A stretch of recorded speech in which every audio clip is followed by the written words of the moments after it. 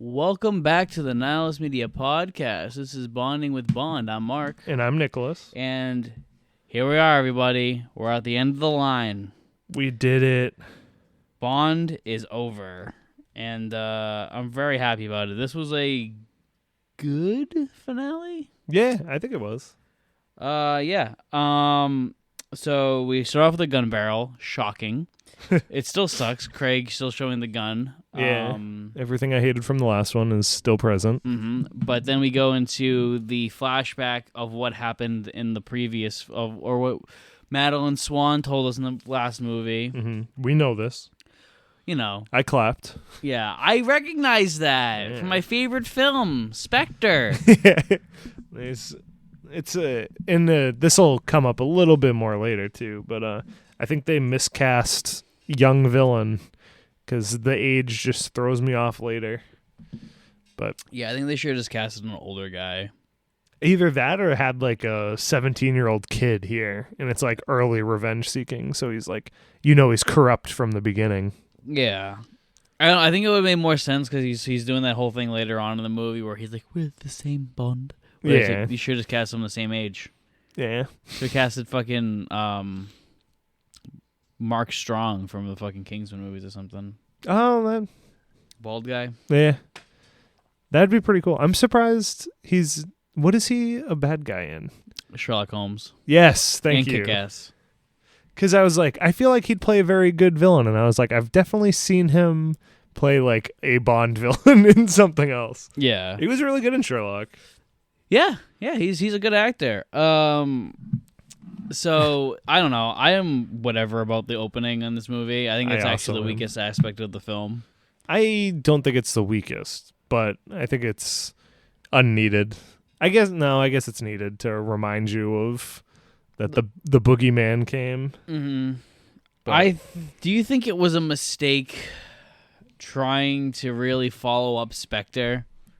I feel like they did so much following up in Spectre that they're like, well, can't really retcon anything else. I guess we're gonna follow Spectre. Because imagine if they tried to retell something from the original ones too. Well, not the original ones, from like Casino or Quantum, and they're like, actually, it wasn't Spectre either. It's not Quantum Spectre. It's, I don't know, Flower Shop is our new hierarchy. I'm more of like, the thing is that this movie has a crutch on it, which is what just kind of just hurts the film.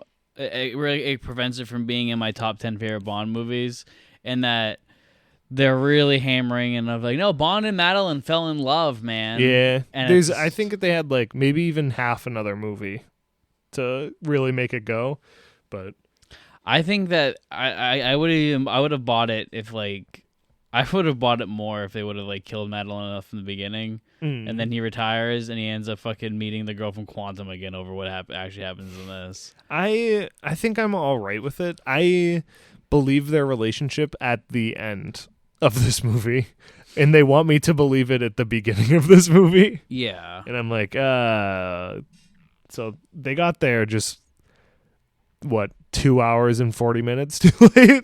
Yeah, it's rough. Yeah. Anyway, Rami Malek comes in. He shoots Madeline's mom. Mm-hmm. We also got the Spectre ring, and I clapped. Yep, it was there. That's Mr. White's room. I recognized it. Mm-hmm. It's the octopus from Spectre. I will say that one of the reasons we started this podcast is because we watched No Time to Die together when it came out. And I think it was better this watch with the context of the Craig movies, like this fresh in my head. Because there was a lot of stuff that I was like, okay, what? This is undeniably the second best Daniel Craig movie. Yeah. In my opinion. It's not saying much, but yeah. Like it is. It means it's almost in your top 10. It is almost in my top 10, but I'm like, it's like the second best Craig movie. It's like, that's not like a big compliment.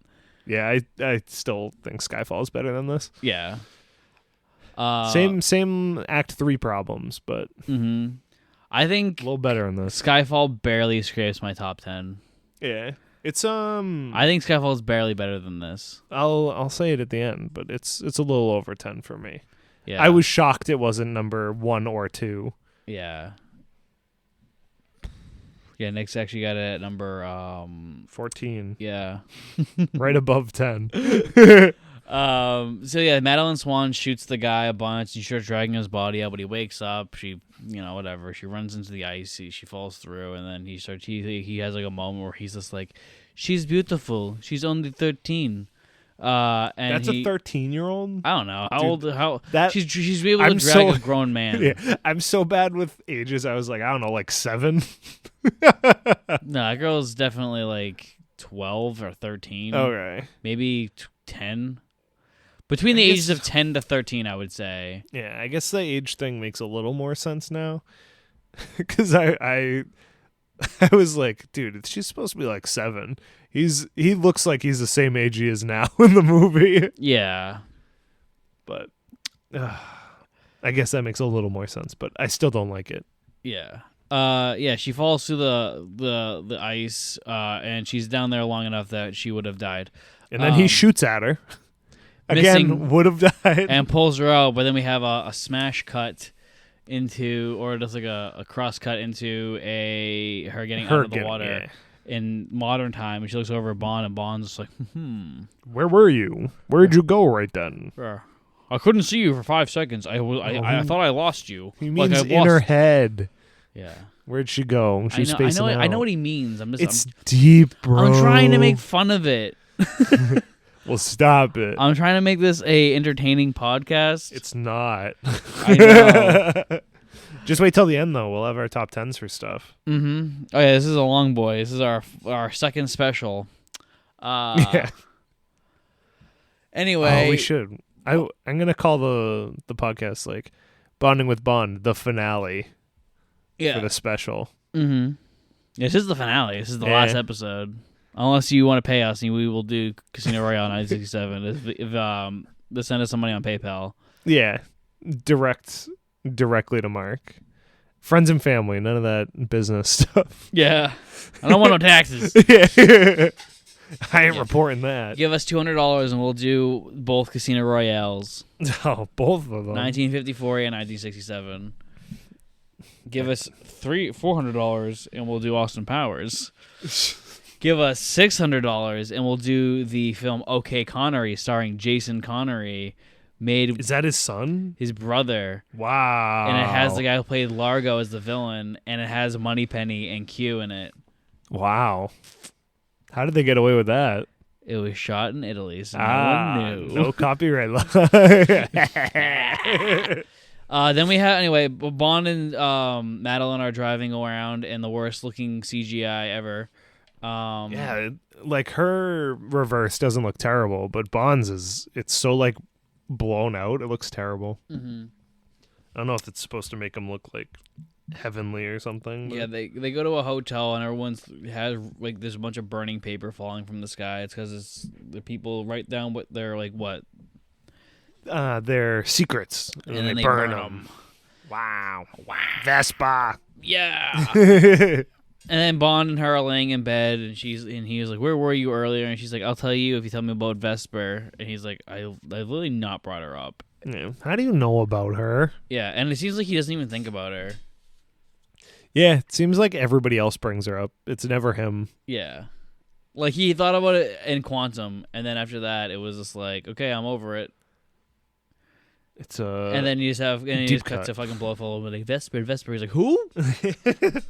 I don't care, bro. Yeah. He's like, that's over, dude. Bond and her, and then anyway, Bond, she's like, Vesper's buried here. He's like, I know where she's buried. Like, yeah, bro, come on. Like, come on. Like, let's. Why do you know? Yeah. Also, why is she buried here? In this random exotic location. Yeah. Unless this is where she died, then okay. But no, because I think she died in Venice. Because I think that's where they were. Yeah. With the sinking building and everything. Yeah, this young British woman buried in an exotic location for no reason. Probably her family can't get to her. Yep. On purpose, because she'll blow up. Yeah. So she's like, Bond, I want you to go see her tomorrow or whatever. And ask for forgiveness or whatever. Mm-hmm. Or say, I forget which one he says. It's either I'm sorry or forgive me. Yeah. which is like whatever. Whatever. He goes there and he's like, been a long time. He's like, I've missed you. And it's just like, okay, weirdo. Yeah. And he burns the forgive me thing, but then he looks down, he notices something, and then boom! Yeah, it's a envelope with the Spectre logo on it. Yep. Big boom. Yeah. We have chase scene. We get the distorted sound first, which I think it was decent in this movie. Yeah, it's fine. Yeah. The when the bomb goes off, it gives blows everybody's eardrums out, so you get the like very faint hearing of everything. That tight tinnitus shit. Yeah, and because I really like it because he's like screaming in a phone, and you can just hear like the disconnected noise, and he's like, I don't know what's happening, and just walks away. Mm-hmm. And then when the car chase is about to start, it's like the sound starts coming in, and it's coming in with the car revving coming towards him, and then he narrowly jumps out of the way. Yeah. Anyway, he gets in a big car chase. We meet our henchman, who's a Cyclops looking guy.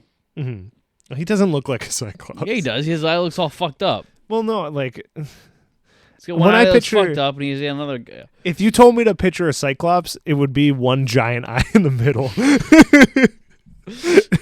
Yeah, not Nick hears the name Cyclops. He goes like a 1950s like B movie where it's like a fucking guy with a one eye going ah, and you can see Jesus. the wax covering his other eyes, and it's his giant middle eye's not blinking. Mm-hmm. Then Bond immediately is like, "Oh yeah, this is her. This is definitely Madeline." Well, no, he says it's Madeline. The Cyclops goes, "Hey, she's a son of." Spectre. Yeah, she's a daughter of Spectre.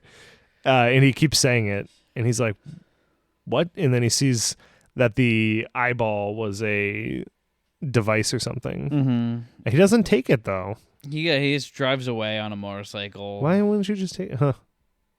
Could have helped a lot of the movie. He's not Sean Connery or Pierce Brosnan or even Roger Moore. He doesn't have sense to take things and do detective work. He's just like, oh, huh.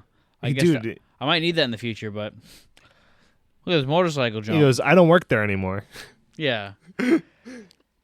He does a motorcycle stunt, and then he gets in he goes in and he sees that Swan sent her luggage down. He's like, what was that about? Yeah, I guess we're leaving, eh? He goes upstairs, and she's like, what happened? He's like, oh, you know what happened. How do they know that I was there? And he gets one of the worst performances of his career. And then... It's a little flat. They go into the Aston Martin, and they drive off, and they have a big old car chase that's fine. And I really like there's a part at have you got to the part where they're parked yet? No. In the car okay. I like the sheep. I like the idea that Bond for some reason wouldn't drive through the sheep. Yeah. There's like 10 sheep in the road. You're just gonna drive through it. Yeah. You're not gonna pull off the road in a city. I like to think I would do it, but I think I would just keep driving. Yeah. And then in my head yell at the sheep because it's their fault. Bond and her end up getting surrounded by cars, and he stops, and then everyone starts shooting at them, and Bond is just like, why'd you betray me? And she's like, I didn't, Bond. I have no idea what you're talking about. Actually, I think around this time was when Blofeld calls, right? Yes, I think it's while they're in the car chase. I think it's before they get to the spin out scene. Yeah, so Blofeld calls and is like, Madeline, you did so well. And she's like, I have no idea what he's fucking talking about. He's like, I fucking bet you don't. Yeah, he's like, that wouldn't make any sense, Madeline. Why would this master manipulator try to manipulate me into thinking that the one person that I love and trust would betray me? Doesn't make any sense, Madeline. So I had never thought about that. And Mark said, and I was like, huh. And the only thing I was like, well, he knows Blofeld is like in the highest security prison. So he's like, maybe it's not top of mind, but it's like he should probably understand that the guy who literally goes, I've been pulling the strings on everything forever that's happened in your life would possibly be doing something still. Yeah. Not just like blindly trust the bad guys around you. Yeah. He's like, Blofeld, this guy who was lying to me is like telling the truth now, clearly. Like, come on, enough. Yeah, why would he lie to me? Yeah. Anyway. We're brothers.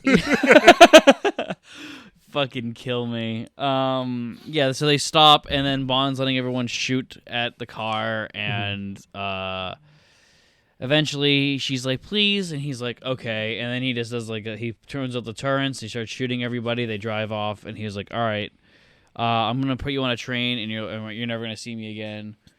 And then she holds her stomach. What could that mean? Yeah.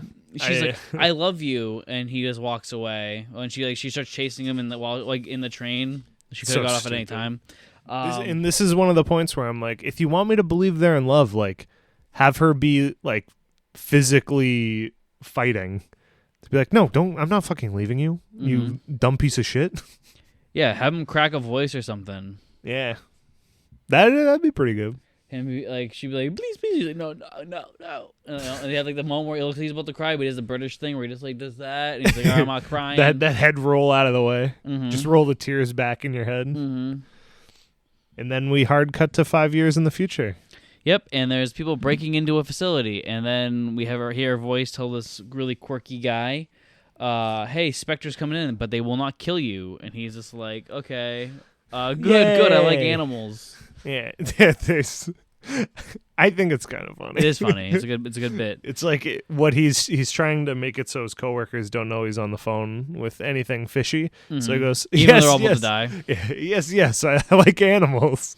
Like, damn, that is spoken like a real nervous person.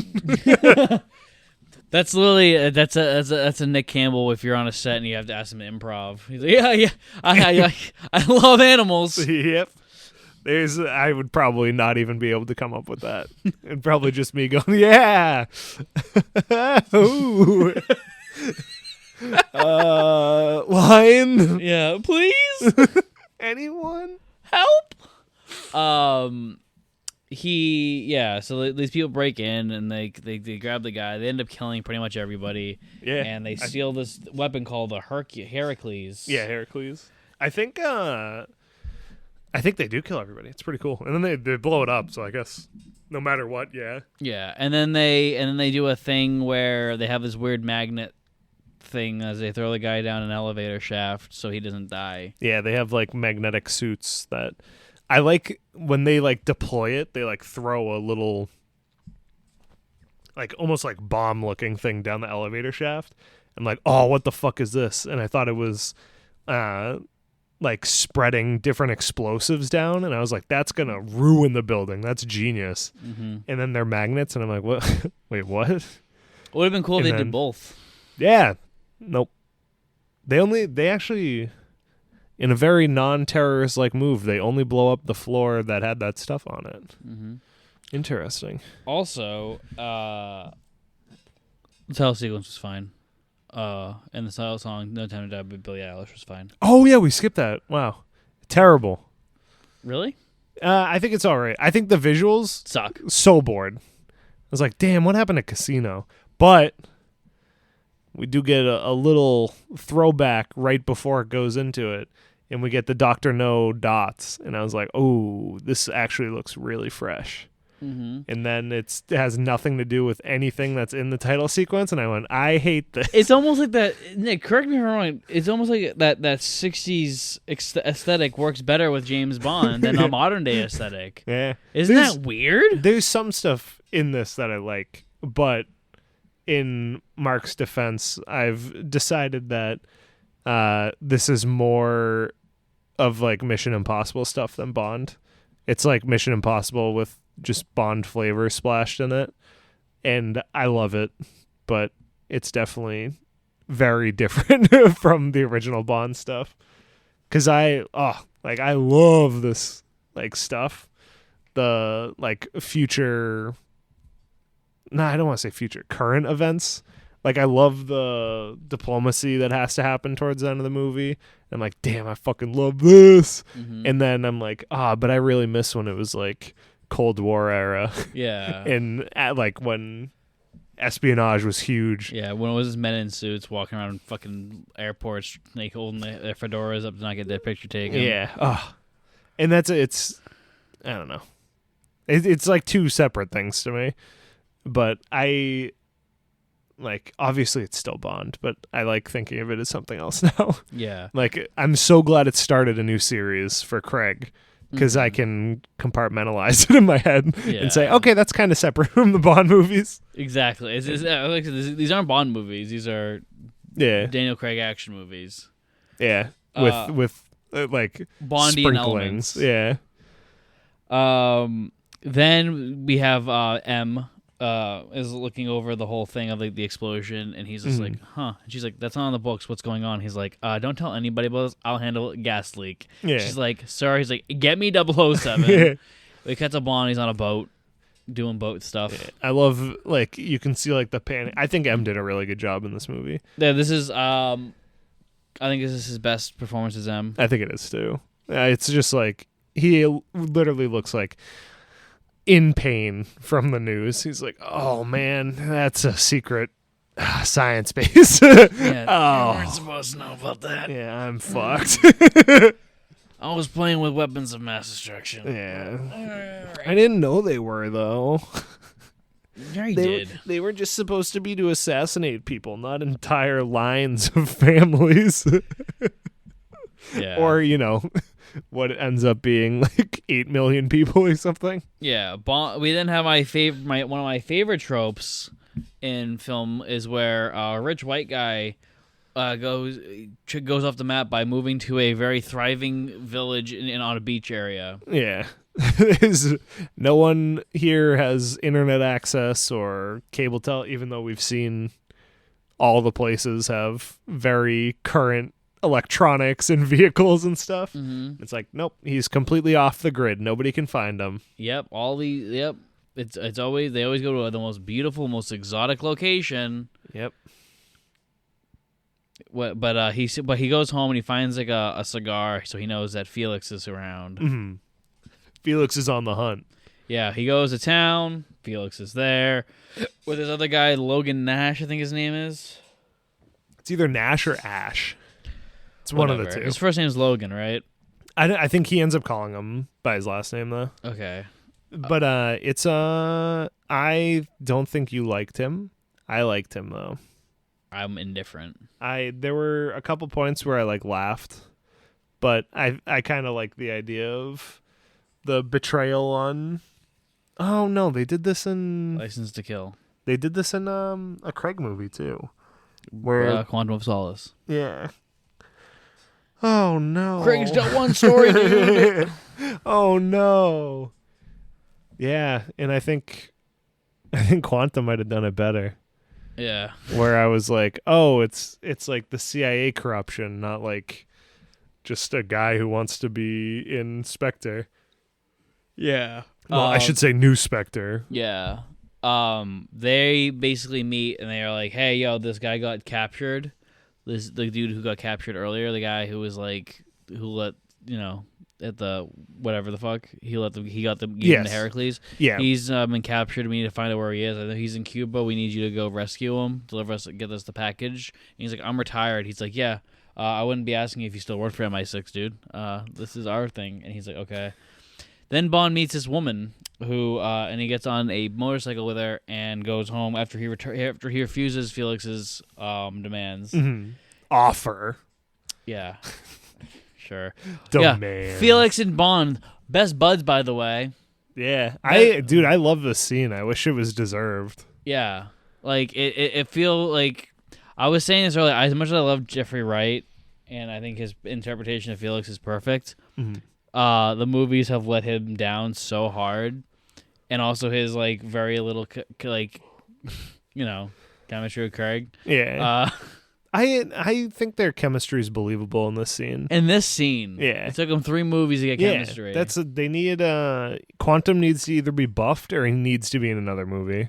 Yeah, well, for me to believe that this is their relationship. We wrote Spectre to have him in it instead because it made more sense. Yeah, but whatever.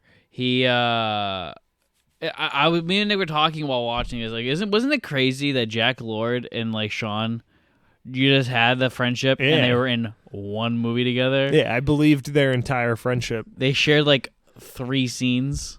Yeah. Well, it's like, especially on rewatches, it's so good. Like watching from the airport, like and then just moving through, and he's in the fight with Coral in the back room, and then Lord shows up with the gun, and he's like, "Where's your suit made?" Yeah. It's like, "Mine's from London." I have a guy in Washington. I'm like, oh. Felix Leiter is CIA. Yeah. And like you buy it immediately. Yeah, it's so good. With this one, they've had 3 movies, and you don't really. You're like, wow, it's not earned. Yeah, and that's like, I feel. So after Quantum, Felix gets like promoted to in charge of South American operations. I'm like, man, it'd be so cool if they were working together more. And then M's like, I knew Felix. And I'm like, you never should have seen. I don't believe that you knew Felix. Like, I believe that people know Bond in other agencies. I feel like Felix is just a run-of-the-mill guy. Yeah. Like, it's not mentioned he's their top operative. He sucks at poker. Needs Bond to play for him. Mm-hmm. Then he does all right in Quantum. Yeah. It's like, why would you know this guy? Maybe they had like a Diamonds or a Live and Let Die like connection, but no, of course not. Bond, also, Cyclops is at the bar. Anyway, Bond is cars off. It's a bump in town for espionage people. Yeah. Apparently, Bond's car isn't working anymore, so he gets a ride from this young woman who brings him back to the apartment, Bond's house, and she's just like, "I'm 007, and stay out of my fucking way." Yeah, this is a professional courtesy. Yeah, I do love when they do that stuff, though. Yeah, and he's like, "Tell M I don't work for him anymore," and she's like, "Tell him yourself," and hands him a phone. Mm-hmm. Then M. He calls M and M hangs up on him. It's just well, silly. M is like, 007, did you meet the person? He's like, "Oh, good evening, M." And he's like, "Bond?" Yeah. Like, we thought you died. Again. And he was like, "Nope." Yeah, I like how that's what Daniel Craig's series does whenever he does a bad movie. Like, oh, let's just think everyone he died and then he has to get back in the saddle. Yep. You went from being fresh agent to washed up to back in the set to being the number 1 agent to back to you washed up. It's like man's been on like 5 missions. I just realized that like he fell in love on his first mission, and then his 3rd mission or 4th mission. Yeah. Took Connery. It took our old Bond what, like fucking 10? Yeah. 6 movies and then he fell in love. Yeah. Was it 6? Yeah, 6. Yeah. Took him 6 times. It's like 4 decades. Yeah. And of course, the Connery era stuff does better of showing that time passes between the movies. Because is this the 2nd or 3rd one where they're like, this is immediately after the last one? Yeah. And I'm like, oh, let time pass, please. Like, come on, let's see other missions or something. But I guess he falls in love and runs away twice. So, like, okay. I'm telling you, the man's got like fucking 3 beats, and he just repeats them in every movie. I guess he's literally on his 6th mission after being dead and retired for twice. Yeah. Well, this one, it says there's a 5-year gap, at least, and then. Like, Skyfall, I don't know how much of the gap's supposed to be, but they also say he's dead in that one. Yeah. Because they get rid of all his stuff. I think the gap is like a year. Yeah, I would assume a year is at least where they'd be like, okay, he's not coming. Yeah. He might actually be dead. Yeah. Probably not. It's actually less than that. It's probably like 6 months. Yeah, I could see that too. If that even. No, it's not because the guy who they're trying to find is very important. And then, like, Moneypenny's still being punished for it. Yeah, and it's not long enough for them to have made a new 00 agent to replace him. Mm-hmm. So I guess that a little bit of a smaller gap. Yeah, regardless, M is like, fuck off, Bond.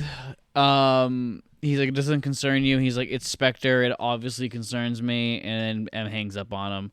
Also, there's a moment where M talks to Q, and he's like, have you found it, Q? He's like, you're not telling me what I'm looking for. So I could probably do it in like 5 minutes if you just told me what I'm looking for. He's like, keep working on it. And yeah. He goes, destroy. excuse me, destroy that when you're done. Yeah, and he's just like, okay, whatever. And one of the things too, M doesn't know that it's Spectre at this point. And Bond goes, it's Spectre, it involves me. And then M hangs up and he's like, can somebody please check on Blofeld? Yeah. I would like a live stream of him right now. Blofeld is like talking to himself and acting crazy in his cell. Mm-hmm. And yeah. The dedication on that man, by the way. I would have gotten bored. Oh, what else are you going to do? I mean, he's watching TV in his eyeball, so. Yeah. Oh my God. I wonder if that guy can turn the eye off. Or if he like has to watch him like take a dump and stuff. Yeah. Mr. Blofeld, could I take my eye out for a minute? Yeah. No. I want to see. What did you eat? Gluten free? Bond then stares off into the water. Horizon. The horizon. He's just like, oh man, I guess I'm gonna have to do it. Back in the saddle again. Mm-hmm. It should be noted that he looks like shit in this movie. I think he looks fine. He looks old. Yeah, I think he's supposed to look a little older though. I know. I think as we just covered, they haven't said enough times past for him to look this old. But if there's been like because I think he looks old in Skyfall too. Yeah, but my thing is, I think why I can buy it in Skyfall and why I can't buy it in Spectre and this is because he's banging someone 20 years younger than he is. They're in love, Mark. Love has no age gap. Okay, Nick. I stopped myself. That's on your IMDb. That's my memorable quote. Yeah. Nick, love has no age gap Campbell. That's your fucking nickname. Well, my IMDb already has my middle name on it, so sorry. Yeah. No room for your malicious quote. Anyway, Bond goes to Cuba and meets Ama de Ramirez or what's her last name? I think that's right. Yeah, whatever. Better And 007. She's the best part of the movie. It's so good. The upcoming action scene is incredible. It has like almost everything I like in Bond fight scenes. Yeah, no, she's the best part of the movie, 100%. The best thing about it is that she kind of reminds me of like shit you would see in a Brosnan movie. Yeah, I could see that. Like a weird, quirky, one-off character that you're gonna have for one scene and one scene only, and they're gonna steal the movie. Like in GoldenEye, Valentin Stokowski just shows up and he fucking has a girl singing behind him. He's shooting people in the fucking chair, and it's the best part. One of the best parts of the movie. Good. Yeah. And then it's just like this weird, quirky thing. I love everything about this. And I think it's funny because in 2002. They were gonna make a spin-off of Bond about Jinx with Halle Berry. Oh my God. I think if they made a spin-off about this character, I would watch at least one of them. Yeah. And then I would ignore the rest, but maybe like a mini series. I will say there's some things that I wish weren't movies and were just a little bit of a mini series. Still 2 hours, just do like 4 30-minute episodes or something, and I would watch that for sure. Yeah, give her 4 little storylines and then retire. Because she's great. I think it could really be explored, especially into the camera. Possibly, especially because spoiler for later, but Felix ends up passing away, and she got assigned to this by Felix. No, she didn't. Yeah, I think she looked over the guy's shoulder. Okay. It's pretty close, though. It was pretty close. We get this great bar scene where he orders her the drink. And then she chugs it. She chugs a martini. Mm-hmm. And then looks so... Like, she plays nervous so well. Yeah. I believe that she has been training for 3 weeks, and this is her first mission. Yeah. So if they were, because they're probably thinking about right now. There's a boardroom meeting going on probably right now where they're like, this one or 007, who are we making a spinoff about? Who do you think? Who would you rather have, the 007 girl or this one? I would so I don't know, because both are good. Yeah, both are really good, and I think so. the first time I watched this movie, I said, I wish the roles were reversed. And I wish that 007... do we know her name? No. I'm I mean, sorry. we do, but I just don't remember. Yeah. New 007, I kind of wish she was the momentary character. And we had our CIA lady as 007. But on this rewatch, I think it's fine the way it is. Perfectly casted. Yeah, I think 007 does a great job, and their banter back and forth is, I think, believable. But I would, because I could see, I think I would watch a 007 movie. I don't know if I'd watch a movie of CIA girls, but I would watch a miniseries for sure. I'm the complete opposite. Yeah. I'd watch a miniseries of the 007 girl, and I'd watch a movie about her. It's definitely interesting. I hope they do one of them. Yeah. Or just don't do it and let's leave Bond to be over. No.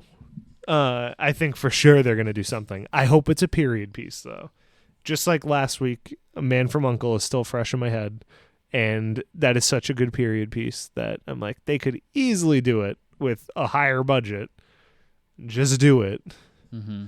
Or have, imagine she becomes Felix and 007's 007. Best of both worlds. No. They go in a party and they notice that it's full of every member of Spectre. It just so happens everyone is a Spectre operative.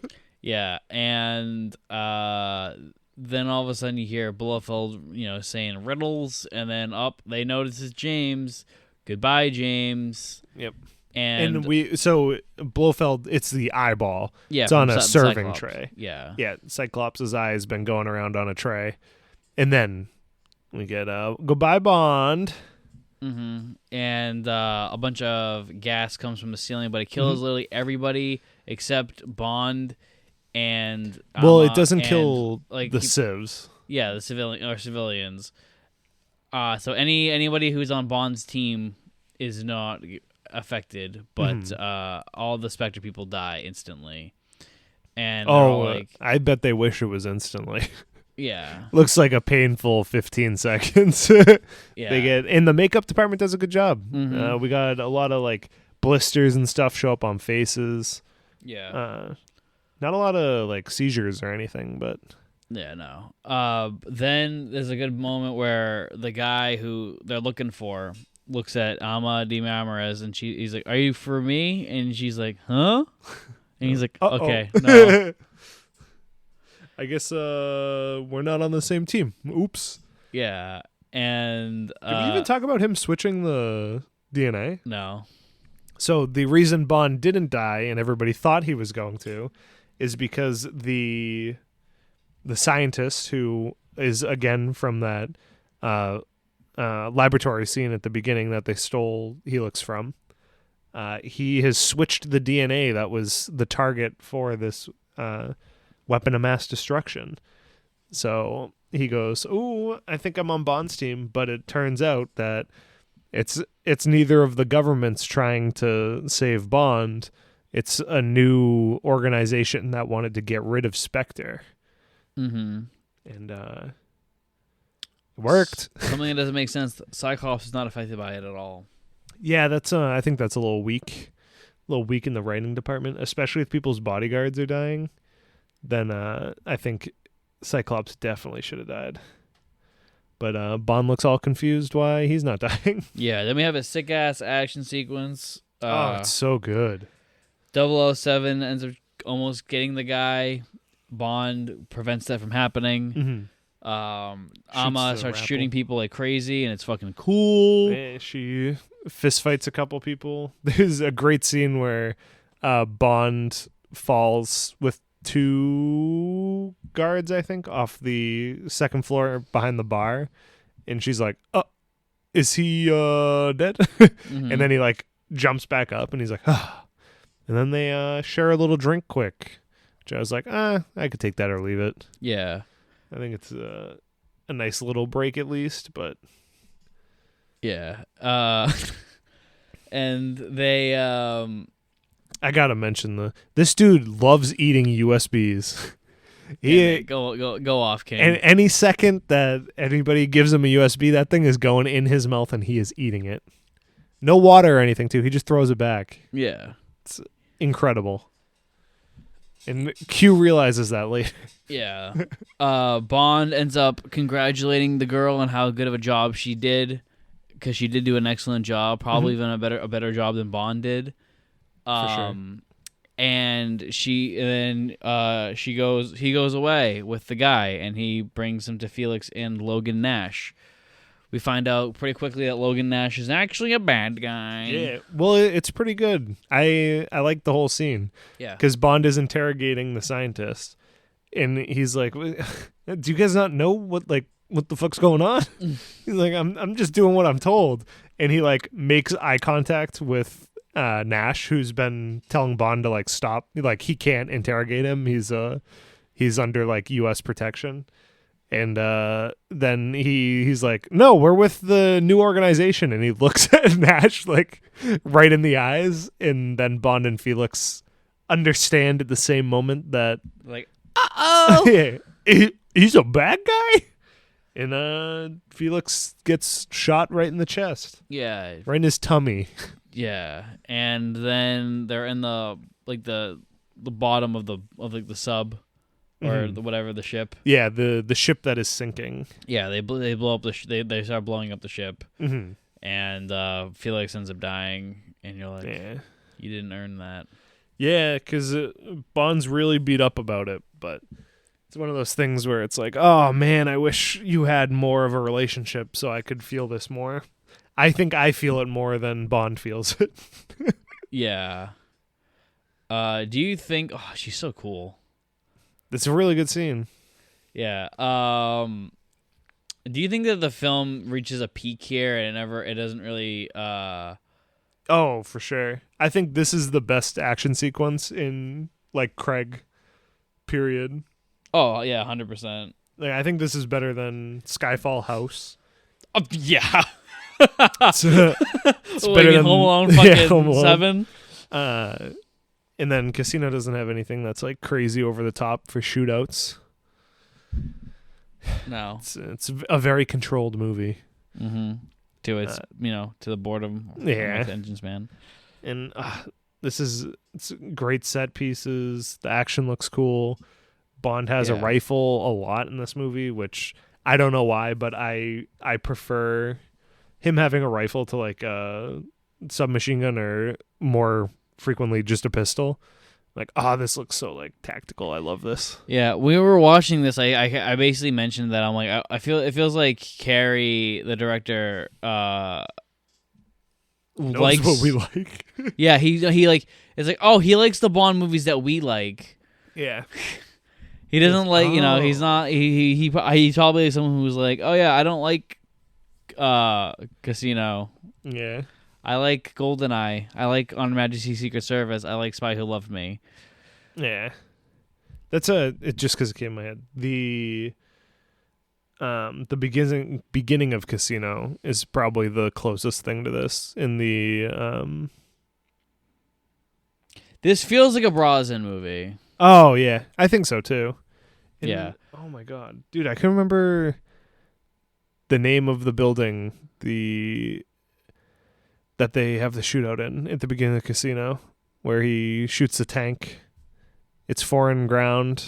It's ambassadors. Oh yeah, go yeah. there. I don't know. Embassy. There we go. The embassy shootout. I liked that, but that is the second place for comparison. That is second place to this. Like this is so good. Yeah.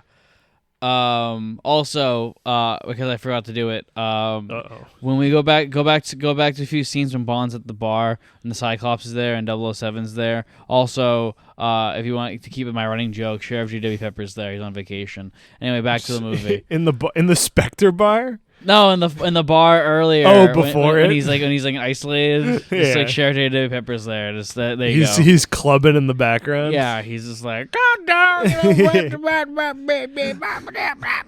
I'm like, hell yeah. I like the idea that, like, obviously you can't have the same guy in all of them, but you use old audio clips of him. Yeah, and just deep fake them. Yeah. Even if it looks terrible, you're like, this is staying in the movie. Yeah, I think we should start a movement where we request that MGM or United Artists, whoever the fuck owns Bond now, has to now digitally insert Sheriff J.D. Pepper into every single James Bond film in some way. Every single frame. Yes. Even if it breaks the 180 rule, he has to be there. So yeah, Felix is dead, and what happens after that? I don't know. Oh yeah, Bond gets his Aston Martin. He goes back to England. The Living Daylights one, I think. I'm pretty sure. And then he goes to MI6, I'm pretty sure. Yeah, he's a visitor. He's a visitor, yeah. And did he say Bond, James Bond, or? Yeah, he looks at the security guard and he goes, "I'm Bond," and he's like, "Are you really gonna make me say it?" And he goes, "I'm James Bond." Yeah. Ugh. He's like, "Oh, you're gonna make me do the Bondian things? Oh, I hate doing these movies. I wanted to be doing Cowboys and Aliens." Oh no, forgot about that. Yeah, that movie he was really passionate about.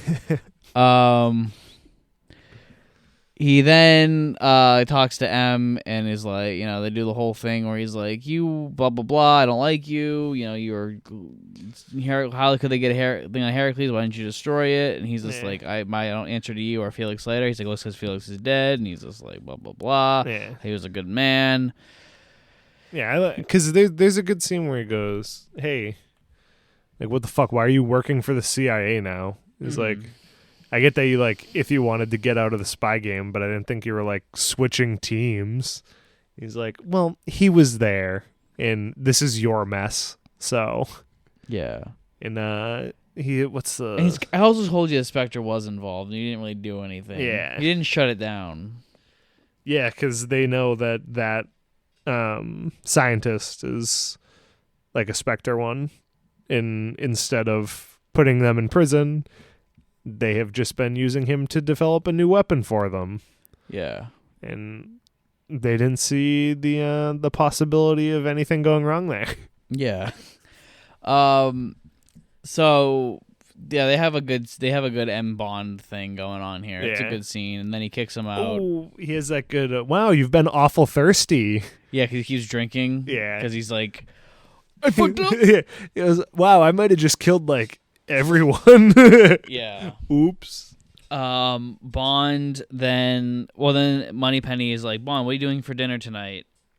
And because we're going to Q's. Yeah, and we go to Q's, and Q is so excited. He's getting ready for a date. Yeah, it's honestly adorable. I would love to have an apartment like his. I thought you said I would love to go on a date. I would love to go on a date with Q. Oh, man of my dreams. Ben, if you're out there listening. Ben, yeah. Benny boy, if you're out there listening, Nick would love to come to your apartment and eat some marmalade.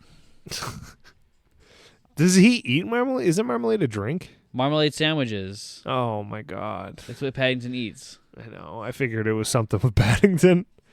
He's steaming something. I have a feeling he's making dumplings for his date. And I could go for some dumplings. That sounds delicious. And his cat's amazing. He would totally have 2 Sphinx cats. Yeah. I love his double door system because he has like additional security because he's a top tier member of MI6. Yeah. It's like, I love the set design of his apartment is amazing. Yeah. And his outfit's amazing too. Oh yeah. He always looks great. He really does. It's unfair. He there's a great little moment where the doorbell rings, he looks at his watch like, it's a little early. Yeah, because he gets excited. It's so well acted too. Yeah, he fixes his hair, and then he looks and it's Bond and Moneypenny's. I thought Bond was dead. He's like, of course. Yeah. And he's like, Q, I've missed you. And he's just like, I did not. You're alive. I have someone coming over. Yeah. And Bond starts drinking his wine. He's like, no, please. And he's just like, we need information. He's like, I don't care. Yeah. I'm having a date. And they're like, fate of the world. He's like, it's never 9 to 5. And then he puts the hard drive in, but he learns not to put it in his own personal computer. He puts it in this like burner. Yeah. And it's basically a list of all the Spectre people, and like it shows all this DNA of all these different people, and they're like, That's they like in Skyfall. One of the ways that what's his name? Javier Bardem. Yeah, okay, actor who played Skyfall. Isn't it Sylvia or something? I think so. You're my only hope with names, as you know. He put in a hard drive from him without putting it in a sandbox first, and that's how he got access to the full system. And this time, I loved that he was, like you said, he's like, where has this been? What is this? And he goes, okay, I'm not going to put it in this computer. I'm going to put it over in this one where it won't infect all of MI6.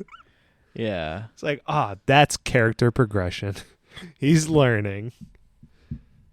It's so good. The key thing that's happened, and I pure also disappointment. I also just love when he like picks the cat off the table, and like, but he's so upset that he had to. He's like, Yeah. Oh yeah. He gives him a little kiss on the head. He's always moving the cats around. For two cats, they're in the way a whole lot. I know. I love them storming around. Like, can you stop touching my things? So it's basically a list of like all these different terrorist organizations and all this like people who are part of them. I think it's even just people too, because there's I think the number goes up to like 8 million or something. Yeah, like it gets high.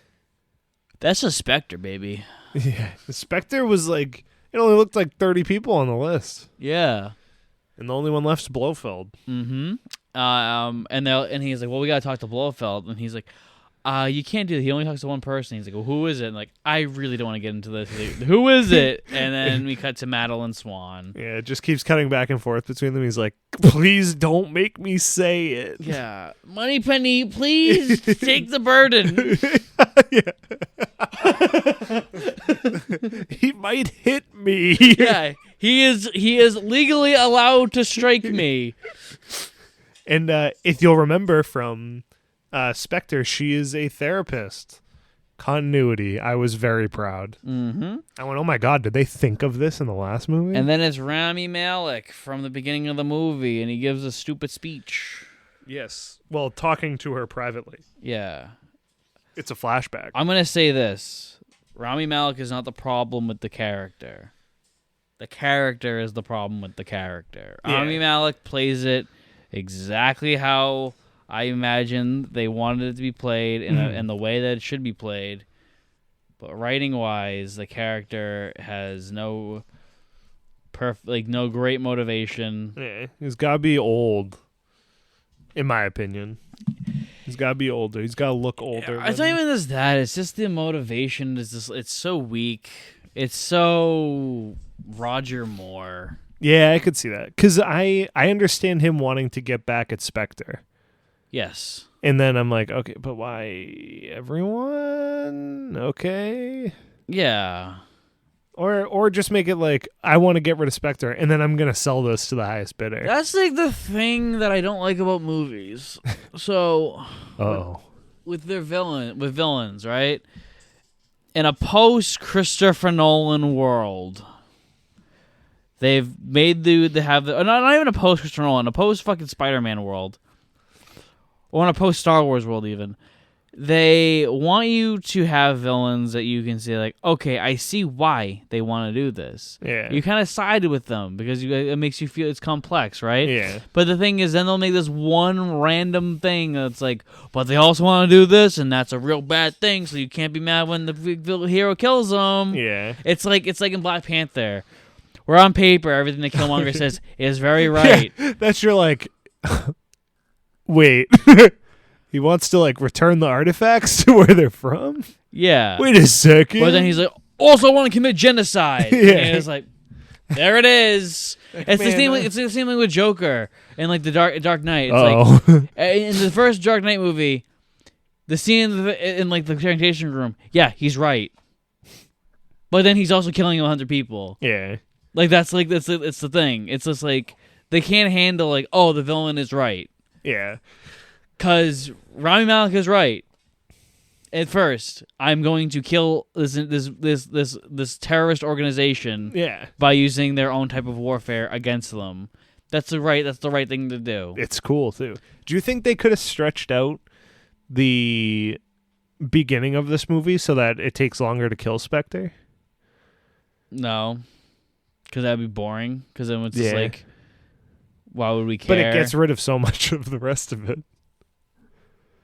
If it becomes he's trying to kill Spectre and then just sell it to the highest bidder. But the issue that doesn't. It's the issue is once again like we don't care about people in Spectre. Yeah. So it's just like, why would we care that Bond wants to stop them? Oh, I guess that makes sense. Because then that's the thing is we're too much on Rami Malek's side. Yeah. There needs to be something else, and I think that you maybe have the right idea where it's like he's selling it to the highest bidder. But you're right, because why would Bond want to stop him at the beginning? But then motivation-wise, why would he want to sell him to the highest bidder? Money, Goldfinger. Yeah, you see, and then it gets too. I'm fine with that stuff though, but I think making him have like a revenge plot is wrong. Yeah. Unless it's literally just, I'm going to kill Blofeld and anyone associated with him, and then in turn it's like, I'm going to kill Madeline. And you just make this not an end of the world story. It's more of like a thing where like MI6 thinks this guy, mad at M. Like everyone thinks this guy is going to be using terrorist warfare to kill innocent people. But he's really just trying to kill anyone who's involved in Spectre and killing and like that's the thing is you have them kill their loved ones. Yeah. That's where it pushes off. It's not like, oh, I want to control people's emotions and I think people like want to be told what to do and it's just like instead of that it's just like, yeah, I want to kill her because she was involved in Spectre. Yeah, you have to change the beginning. Yeah. But the beginning was mid anyway, so. Yeah. That's what I'm thinking. That could be pretty cool. That'd be interesting to explore. Yeah, I just hate when they do that. It's just like, oh, let's make the villain right, but then he goes too far. It's like in the new Batman movie. This will be pretty far after. Spoiler for the next 15 seconds. Yeah, the Riddler is killing people for corruption in Gotham and wants to expose that the city is being run by a mob boss. Yes. But then he's going to commit genocide on the city. Yeah.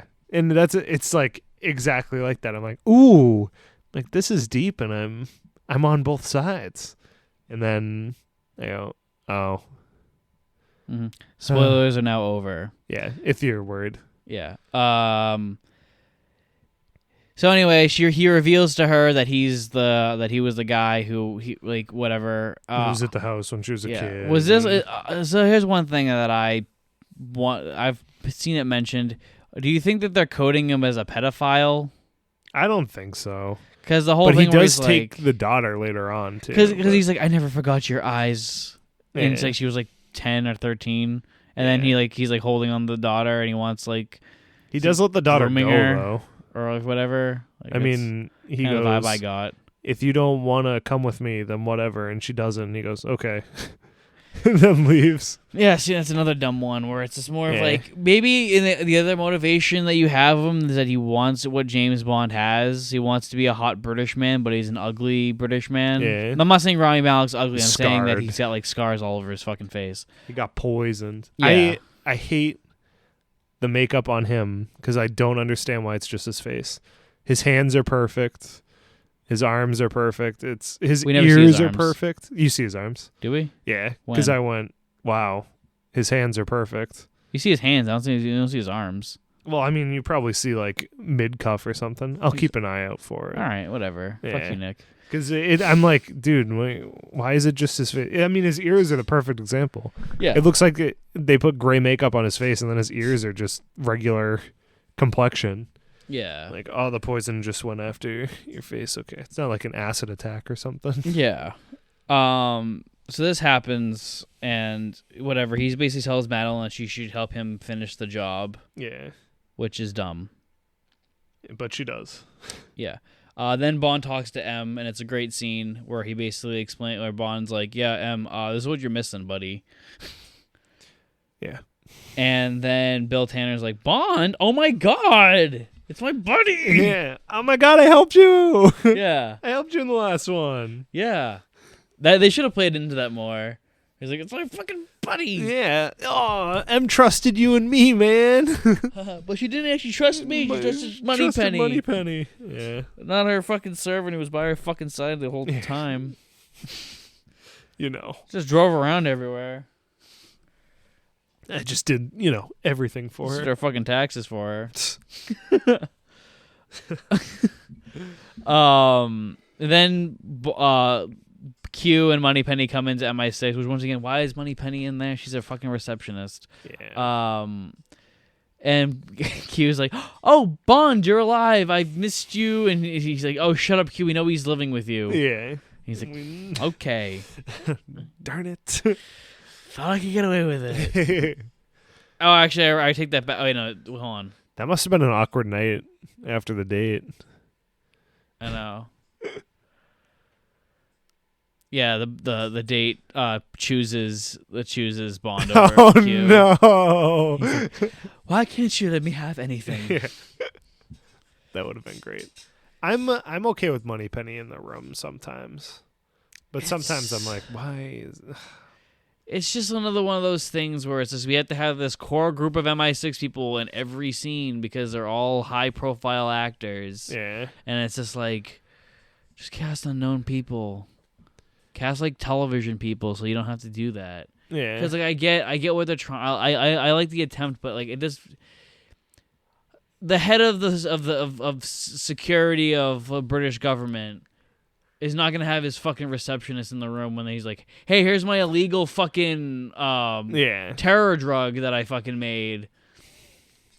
He's gonna have Q, he's gonna have Bond, and he's gonna have his right hand man. He's not gonna have his I'm okay with 007 being there too. Well, yeah. He's gonna have secret agents in there. Yeah. He's not gonna have fucking his program makes his fucking meetings. Yeah, exactly. That's unless she's taking notes. Yeah, unless she's stolen the fucking field, which she retired from the field because it wasn't for her, but she's been in the field the last 2 fucking movies.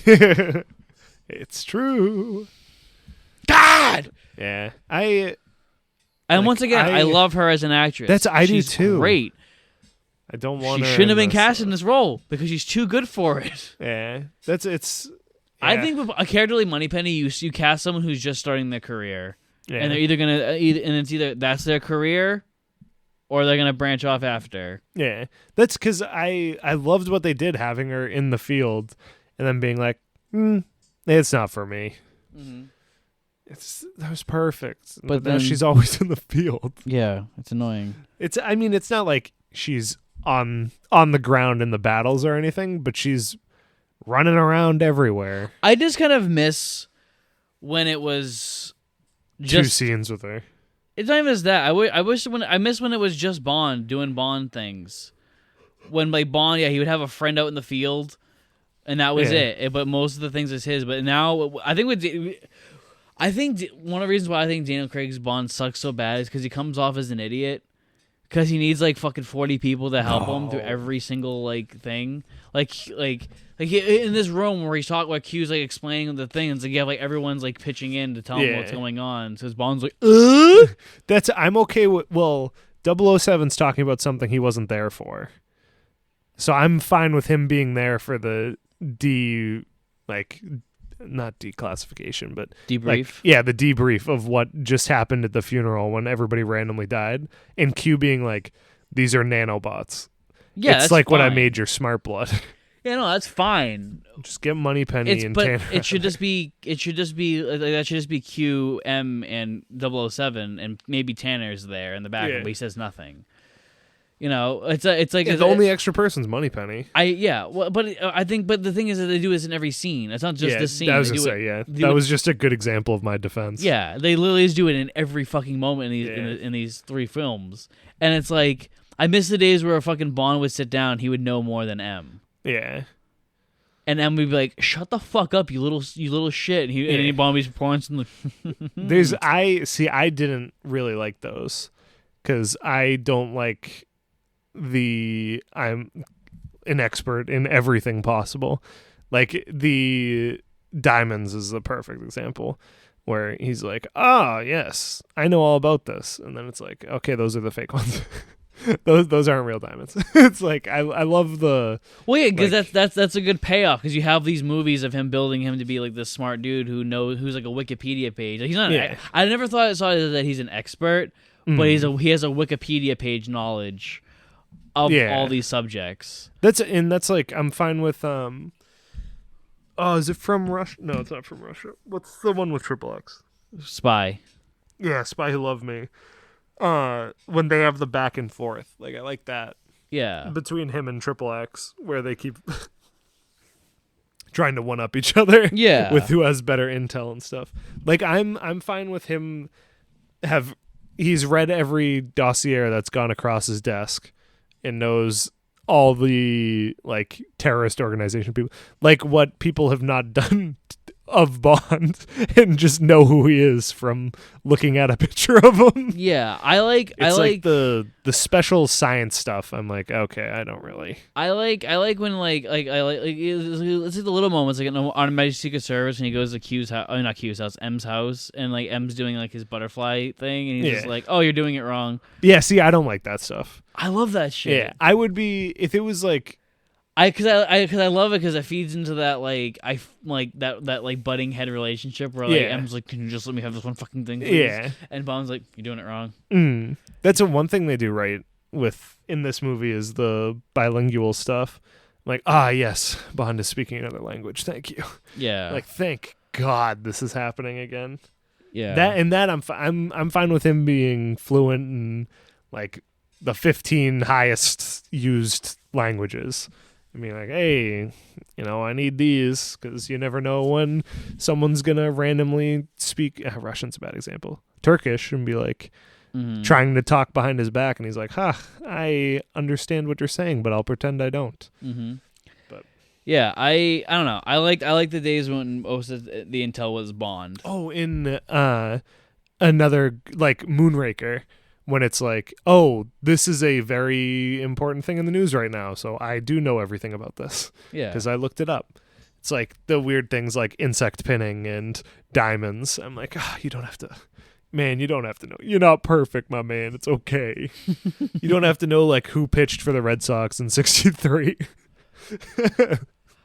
Like, or he comes to America and he's like, yes, this species of crocodile.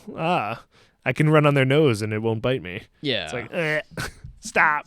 But anyway. I guess back to this movie. Yeah, back to the movie. Well, I'll bitch about that later. It's the finale special. It can be long. Yeah. The other thing is like they it's nanotechnology where it gets in your blood and it kills you. Yep. Yeah, and it's triggered by like you putting your super suit on. What? Super suit. Oh yeah. It's Mark's favorite thing, the nanotech. Nanotech. I don't mind the nanotech in this one. Yeah, this I'm okay with this in Smart Blood and stuff. Yeah. It's it's literally just superheroes that I usually have the problem with. Thanks to Mark, he's corrupted me with his thoughts. Yeah. Now, speaking of the Batman, wasn't it crazy to see him take off the mask manually? And he had makeup under there? Dude, I was going to say he had in our last episode we were talking I think it was either the last one or the one before. We were like, I just want them to have the black eyeshadow on their eyes. So when they take off the mask, they still look like a little raccoon. Man, does it deliver. I was like, yes. So this movie, about costuming, he doesn't get dirty enough. Oh, yeah, no. We'll get there at the end, but man. Yeah, Daniel Craig is the cleanest Bond since Roger Moore. Yeah, in this movie. He was dirty in Skyfall. Relax. All right, you don't have to defend your fucking Hey. boyfriend. Hey. Madeline's in the bathroom. She puts on like the spray that's gonna trigger the nanotech shit. So she's spraying the nano stuff is on her, but it doesn't affect her because it's programmed for Blofeld. Yeah. So Bond also touches it, and he doesn't die because it's triggered for Blofeld. She's freaking out because she doesn't want to kill Blofeld. Because they're besties. Mm-hmm. And Bond touches her where she was, and then he grabs her when she's trying to leave. Mm-hmm. And she's like, "Don't make me do this." And he's like, "All right, open the door for her." Blah blah And Blofeld comes in. They have a conversation, and it has the one good Christoph Waltz moment as Blofeld, in my opinion, where he was like, "Cuba was a wild time. You were there. I was there. It was your birthday. Happy birthday, by the way." And he cuts to Blofeld. Thank you. Yeah, and he looks so happy. Though I gotta say it, the way that this is shot ruins it for me. He's mini me. Yeah, you gotta look up like a still frame of this or something, because Blofeld in the chair, the crossbar that's like holding him in goes and blocks like his elbow area, and then it just looks like he's a really short person standing up straight, and it ruins the scene for me, and it's so dumb. Well, the thing that ruined this scene for me was acting. The acting. Saw that one coming. Yeah. I'll say this: Christoph Waltz was better in this one than he was in Spectre, but not by much. Question for the CG: do you like how his eye looks without his empty eye socket? Yeah, because I know in Skyfall you did not like when. Spectre. No. In Skyfall, when he took his jaw out. Oh yeah, you're like, that looks like garbage. I don't think this was CG. You think they took his eye out? Yeah. Oh my god! What a method actor. Yeah, just scoop it out. No, I think it's prosthetic. Yeah, that'd be pretty good. Yeah, I guess because in Skyfall it like fixes itself when he puts his jawbone back in. Yeah. And I guess this is stationary, so it would make sense. I believe it. That's canon now. Yeah, I think it's. I mean, we're about to look at it, so like we'll be able to see if it's prosthetic. That's prosthetic. That's 100%. It's the other side of his face. He looked down. Okay, I was like, Mark, it's a side shot of him from the side with his eyes still in. Look at that. That's prosthetic. I don't know. I guess you could pull it back with like tape or something. Yeah, and then just fill in. That's interesting. Nick, you've had prosthetics on your face. You know what that. You know. I've had a little bit of latex.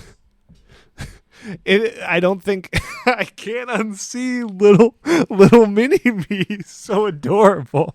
Yeah. Anyway, Bond's trying to get the answer because he's like, Blofeld, there's people who are trying to kill you. Who's trying to kill you? And he's like, and why?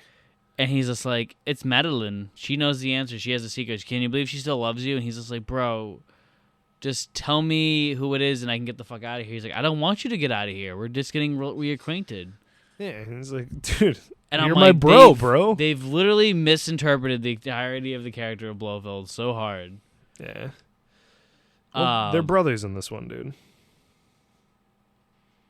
I hate it. I hate it so fucking much. It's very weird. It's a badly written scene. Yeah. This is, and you know when they were writing this, they were like, oh yeah, this is our Dark Knight scene. Yeah, this is the interrogation. Yeah. You know that one of the greatest scenes ever written? We're doing it. Yeah. We're gonna do it bad. Yeah, it's so dumb at the end. Like Bond getting mad is so annoying too. Mm-hmm. Like it's not even cool. He just like walks up to him. He's like, Blofeld. He's like, mm-hmm. Die. And he just chokes him, and then like the Tanner's like, "What the fuck are you doing?" He's like, "I'm sorry, I know, I fucked up." And then they go back, and Blofeld's dead because he had the shit on him. Yeah, he had the nanobots. Yeah. Also, we have Q is looking through the Blofeld's eyeball, mm-hmm. and he's eating gummy worms, and he finds Nash. Yes, meeting with Cyclops. Yeah, and now he has a positive ID on him. And he knows where he last was. So he sends 007 there. New 007 there. Mm-hmm. Yeah, so Blofeld is now dead. And this should have been a big moment in the series because this is the second time he's died. That's true. And maybe this one's fake too. God, I hope not. Yeah, we were joking that what they're gonna do is they're gonna have this whole like nanotechnology. They're gonna take Bond's memories and personality and they're gonna put it in another body. Yeah, he's gonna be uploaded. Yeah. And that's because at the beginning there's in the title sequence there's a part that like looks like the Matrix. Mm-hmm. It's like I wonder if they'll go full like Cyber Doomsday and upload him to CyberCop. Yeah. CyberCop. That's how Bond comes back. Oh my God, what's his name? RoboCop. I was thinking of Space Cop, the Red Letter Media movie. I've never seen RoboCop. RoboCop's pretty good. I think you'd like the Here. first one. There's a lot of them though. Yeah, I there's know like three. There's three. There's a reboot, and then there's a TV series. Oh wow, the first one's really good though. It has some good stop motion, Yeah. and it's good. So, Would Nick, recommend. as the biggest Spectre fan here, was this a satisfying conclusion of Spectre for you? No, because it just breezes over it. It's like Yeah. I don't know. It's dumb. It doesn't Do feel you like think that the idea that they had that in The Spy Who Loved Me that Stromberg would have been Blofeld and then that death would have been Blofeld's death would have been better than this death? yeah. What's the opening sequence that has Blofeld's death? From Russia, not from Russia. For Your Eyes Only. Yeah. When they drop down a smokestack. That's a better ending than this. Yeah, I remember you clowning on that when we first watched I still it. hate it. I know, but I'm like, I it's think a much more satisfying ending. because it's at least funny. Like this is it. Like it's not mentioned at all that Spectre is now gone. Like Blofeld dying, it almost feels like there's deleted scenes of them talking about, like, oh, now he's gonna take the place of Spectre, and like it's just there's no more major crime organization going on anymore. Mm-hmm. But I guess you don't want to build up too much for the end of the series, anyways. But I don't know, felt a little. We deserved more. Yeah. For how much work they put into it. Also before Blofeld died, he admitted that Madeline had no idea that the bombing of Vesper was going to happen. That was all him, and then Bond's an idiot, and that's when Bond's like, fucking die. Yeah, that's a Bond. So he had set up the Bond at Vesper's. I guess it's a grave, but it's above ground. It's like a No, what is? Do you know what those are called? The catacombs. Yeah, I feel like catacombs are underground too. But like the spot she's buried, he's like, I set that bomb up there forever ago. I just had to sit and wait. I knew you'd eventually go there. She had nothing to do with it. She just brought you there. Yeah. Got him.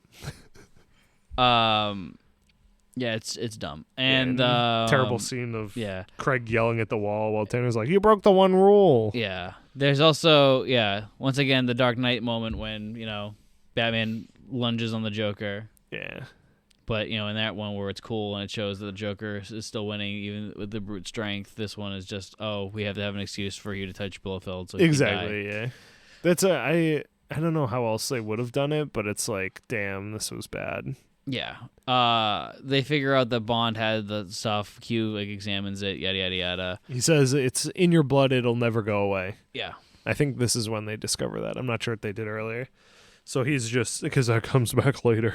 Mm-hmm. He's just trapped with this poison that'll kill Blofeld. Yeah, they make a big deal, say, it can never go away. It's in your blood forever. It would be terrible if you had like a loved one's poison on you. Yeah, wouldn't that suck? Yeah, you wouldn't be able to touch imagine if you had him. a poison for me. You weren't able to shake my hand. Yeah, we couldn't touch anymore. Yeah, because we were known for touching all the time. Yeah, and we should just stop talking at that point. Yeah. You should just die at that point. Mm-hmm. Like, if I couldn't touch my loved one, I always like to get rained on by nukes or something. They're like, so where do you think Madeline is? Because Madeline's the one who clearly put the poison on you. And he was like, I don't know. And then he goes to Madeline's house. And she's like, I loved you. Before she leaves, he goes, where are you going? And she goes, I'm going home. Yeah. And then he's like, she's not at her apartment. He's like, oh. Ha-ha! Ha-ha! She is a spy. She goes to this place, and he's like, I loved you, blah, blah, blah. He's like, we could have had all this time. And she's just like, don't. You know what's worse about you? He's like, my timing. And then he goes to kiss her. He kisses her, but then there's a little girl up on the top of the stairs, which is totally not James Bond's daughter. Yeah, She's 5 years old. He hasn't seen Madeline in 5 years. She has his eyes. She touched her stomach when Bond left her. That's totally not his daughter. He's like, she has my eyes. She's like, she's not yours. And he's like, but she's not yours. And he's like, okay. Like, whatever. Yeah, I don't really know why they did this, but It's dumb. It's one of those things, well, you weren't around, so she's not yours. And it's like, okay, fair. But, like, he's also saved the world 1,000 times, so you should probably cut him some fucking break. you owe me 5 years back pay of child support. Yeah, and he's like, ask the British government. I'm sure they would gladly pay you. Yeah. They're going to give you my compensation for death, so... Yeah, my two death insurances are going to pay off very well. And you probably sell my... very probably high-end apartment in the London area. In my Aston Martins. Yeah. I wonder if he ever put in an insurance claim for DB8. If he didn't, he's a fucking madman.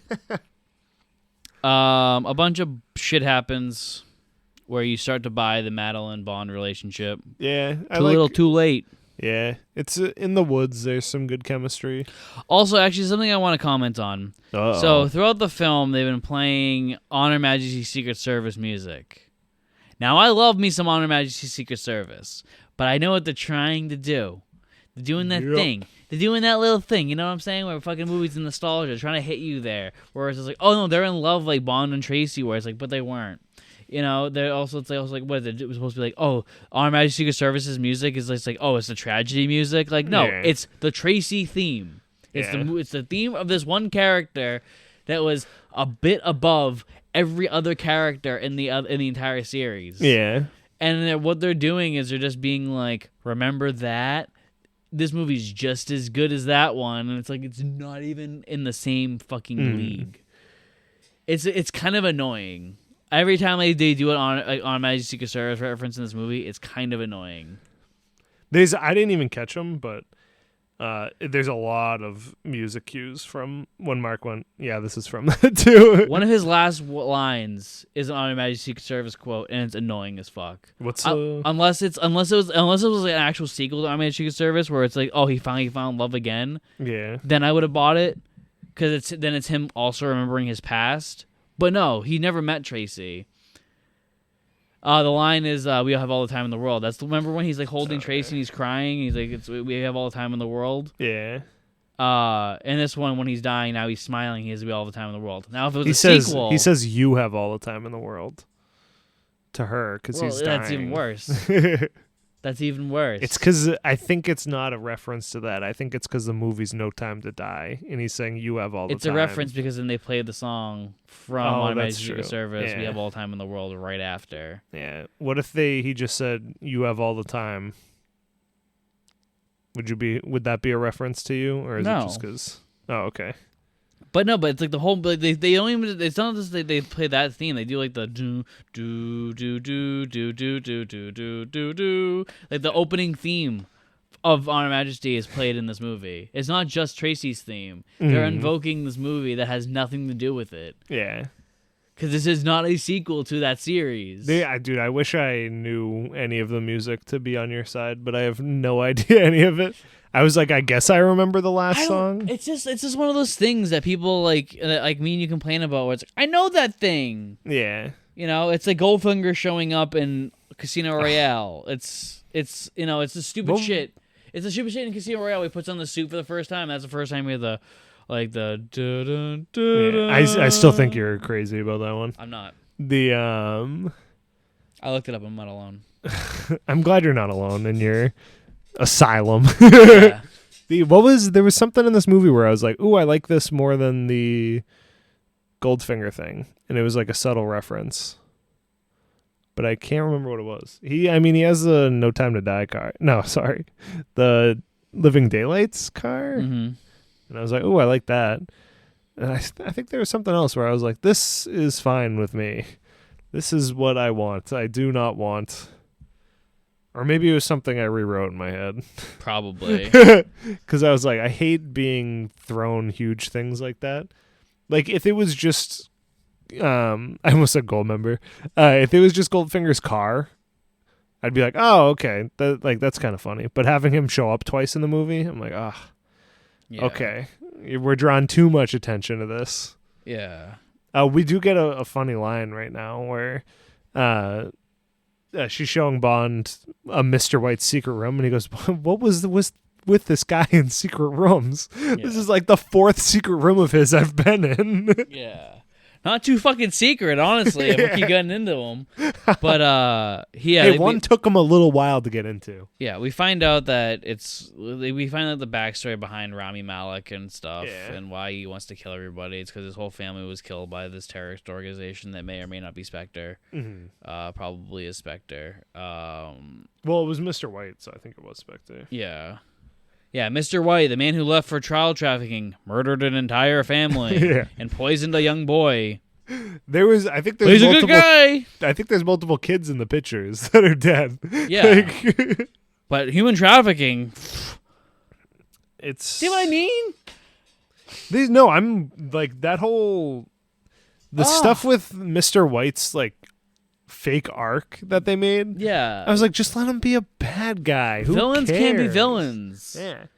I'm like, it doesn't you have to side with it, but then they do this random genocide thing. But also, it's just like, I was a part of this genocide organization, but human trafficking is where I. But I love puppies. Yeah. But I have 16 dogs and I treat them all like my children. It's like, what? Who cares? You fucking kill people. Like, I don't think it adds anything to her character. I don't know why they did it at all. Yeah.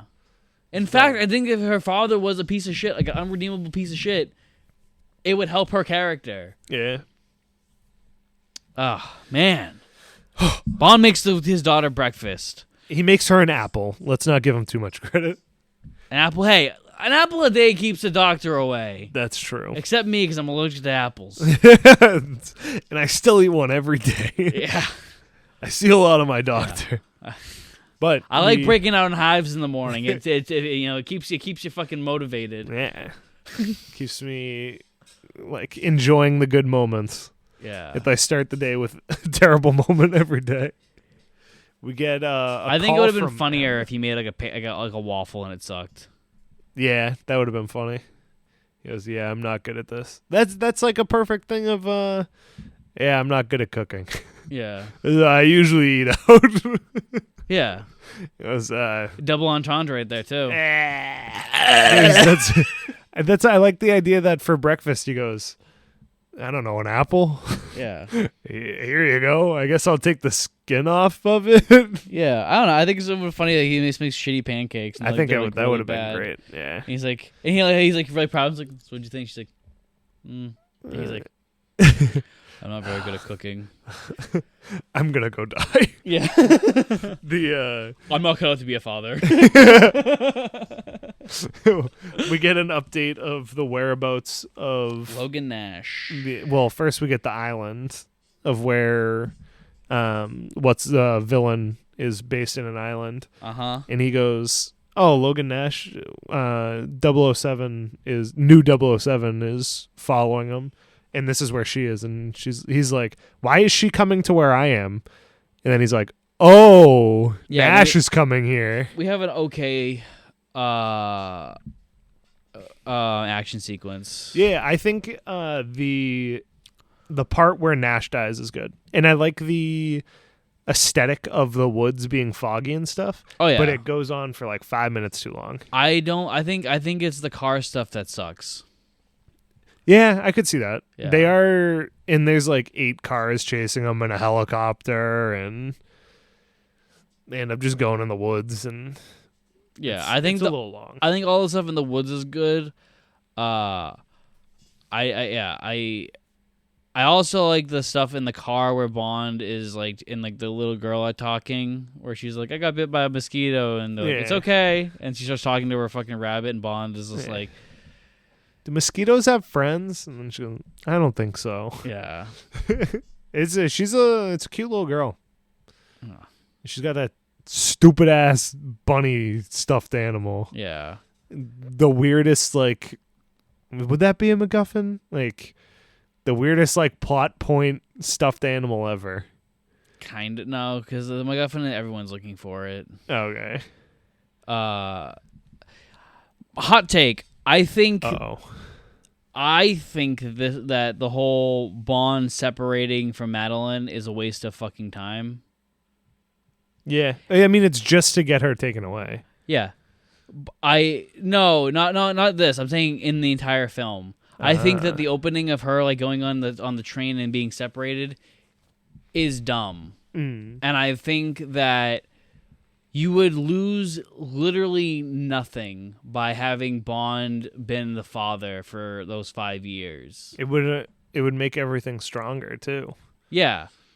He would have had to build this relationship with his daughter. He would have had the thing. He would have bought it more because instead of having him like alone in this like country like doing nothing and grabbing like fishing, you would have had him like carrying his daughter while fishing and having his wife kissing him. And then Felix is bringing him back in, and it gives you a reason to be like, no, I don't want it. And they're like, it's the fate of the world, Bond. He's just like, and it's Spectre. Yeah. And she's like, can you let it go? And he's like, Vespa. he's like, I can't let Spectre go. And she's like, he's like, Blofeld is still trying to kill us. Yeah. And I can't let that go. And she's just like, and like, that can be like the big tug and pull of this fucking thing is like, Bond wants to be a family man. He wants to give up this life, but this life won't let him be. Yeah. Rather than he gave up the life to be a weird fucking isolated dude like he did in Skyfall. I think it would have been a cool subversion if Bond was like, you're right, I'd father, and he had a more of a relationship with his daughter. So when later on, when like Rami Malek is holding her hostage and he's like, I'm gonna kill this bitch, he's like, whoa, because he spent 5 years raising this child. Yeah. But he's known about her for like 36 minutes at that point. Yeah, which I get it. Like, it's still his kid. Like, you know, you're going to have the same reaction. But I think from an audience standpoint, you're right. Us, like, being, like, knowing, like, having, like, family photos of Bond and whatnot. And it's just like, and even, like, you can even have M not, and you don't have everyone like, oh, you're dead. It's just like, everyone knows that Bond's alive. He's just, like, he's a retired family man. Yeah. And it's, you're back. Yeah. Instead of, oh, you're alive. Yeah. This must be serious. You're back. Yeah. Uh-oh. Exactly. No, I like that. That's good. I wonder why they didn't do that. Because then I'd buy the love stuff more. Yeah. It's like, yeah, they have a kid. Yeah. This is perfect. Yeah, and you wouldn't have had all that accelerates weird shit. You wouldn't have had the dumb thing with Blofeld being like, it was me. Yeah. I lied. You know the guy who lies all the time? I lied and you didn't pick it up on it. And it's just like, okay. Like, yeah, I knew that. Yeah. From the start. Do you think I don't like Madeline as a character in Spectre, and I even knew it was bullshit when I first saw this movie. It's definitely better the way you just rewrote it. Yeah. Because it would have shown also how strong their love is. Where even when these people are trying to break them up, like he won't let it happen. Now he's just like a weird working class dude, like not working class, but like a guy working in living in London. Yeah. Maybe he has like a weird job. He's a stay-at-home dad while she's like a therapist. Yeah. He's the house husband. Oh. You know? Imagine. Right? He becomes a housekeeper like Skyfall. He becomes a fat dude in the vest. Yeah. That would have been great. But whatever. Bond ends up, they have an action sequence shooting through the woods. He ends up killing Logan Nash because he shoots his car and the car flips. Logan's like on the ground, like probably paralyzed. And he's like, "Can you help me up?" Blah blah blah. And then Bond he's like, "Can you help me up, brother?"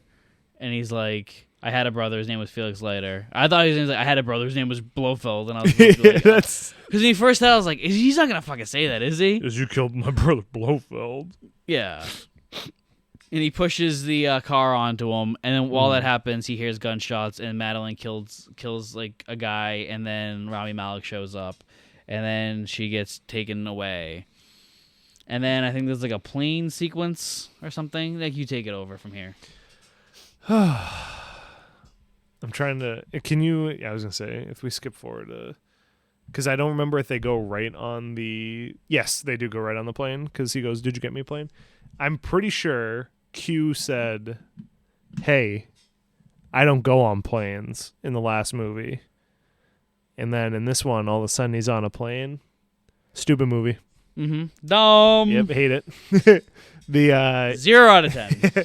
He before this whole chase scene, he asked for a plane so that they could go to that island. And 007 finds him on the side of the road and is like, "Hey, you want to ride?" And he's like, "I want to walk." And she's like, "Get in the car. We have to go." Pin. I noticed that that's a weird thing that they do in movies a lot. I want to walk. No, but the thing of like, oh, I'm scared of flying, and then they're just chilling.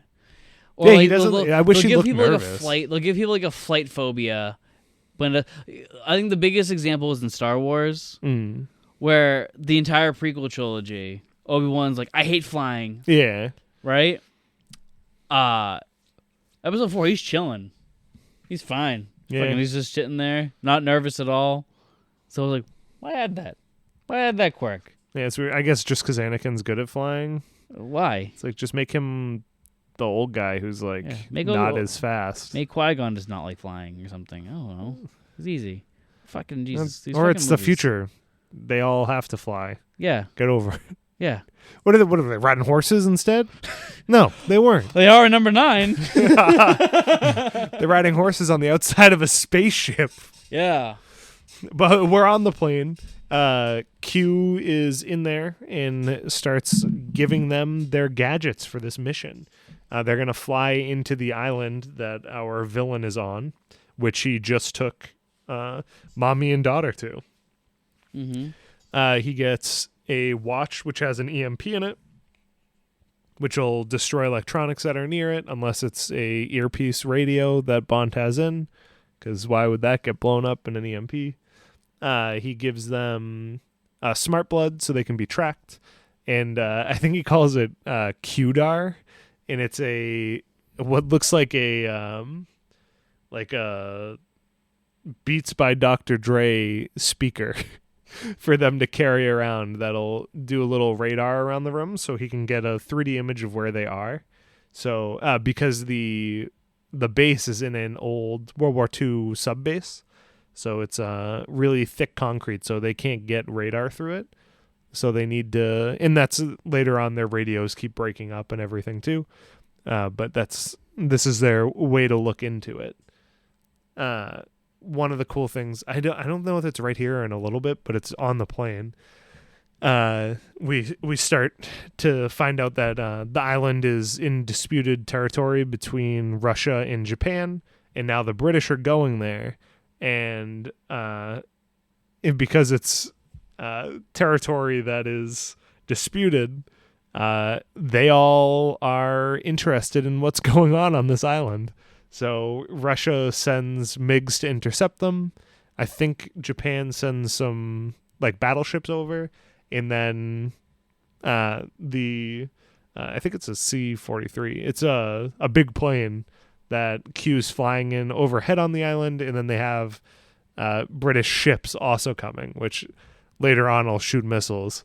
So it's a complex diplomatic problem going on, and we get a lot of great scenes of M trying to navigate this relationship between the three of them, and I love all this stuff.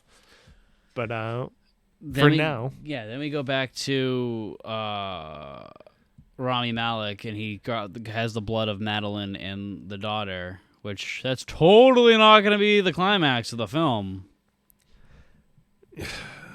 I'm shaking my head right now. The climax was back in Cuba. Yeah. It's meh. Yeah. It's I think it's a little annoying. I think it's a good idea, but we get this terrible scene of him explaining his backstory that we already know, walking through the poison garden, which his dad grew before he was poisoned, and he's holding on to the daughter and walking her through it, and it's just like dumb and like 5 minutes long. Yeah, it's also like I said, like the motivation. It's just like it's one of the, like I said earlier, I was bitching about.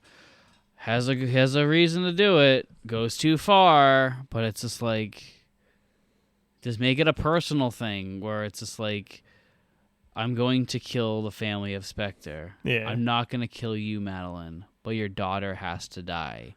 And she's like, no. And he is like, it has to be this way. And that gives Bond a reason to stop him. MI6 just doesn't want their technology being abused.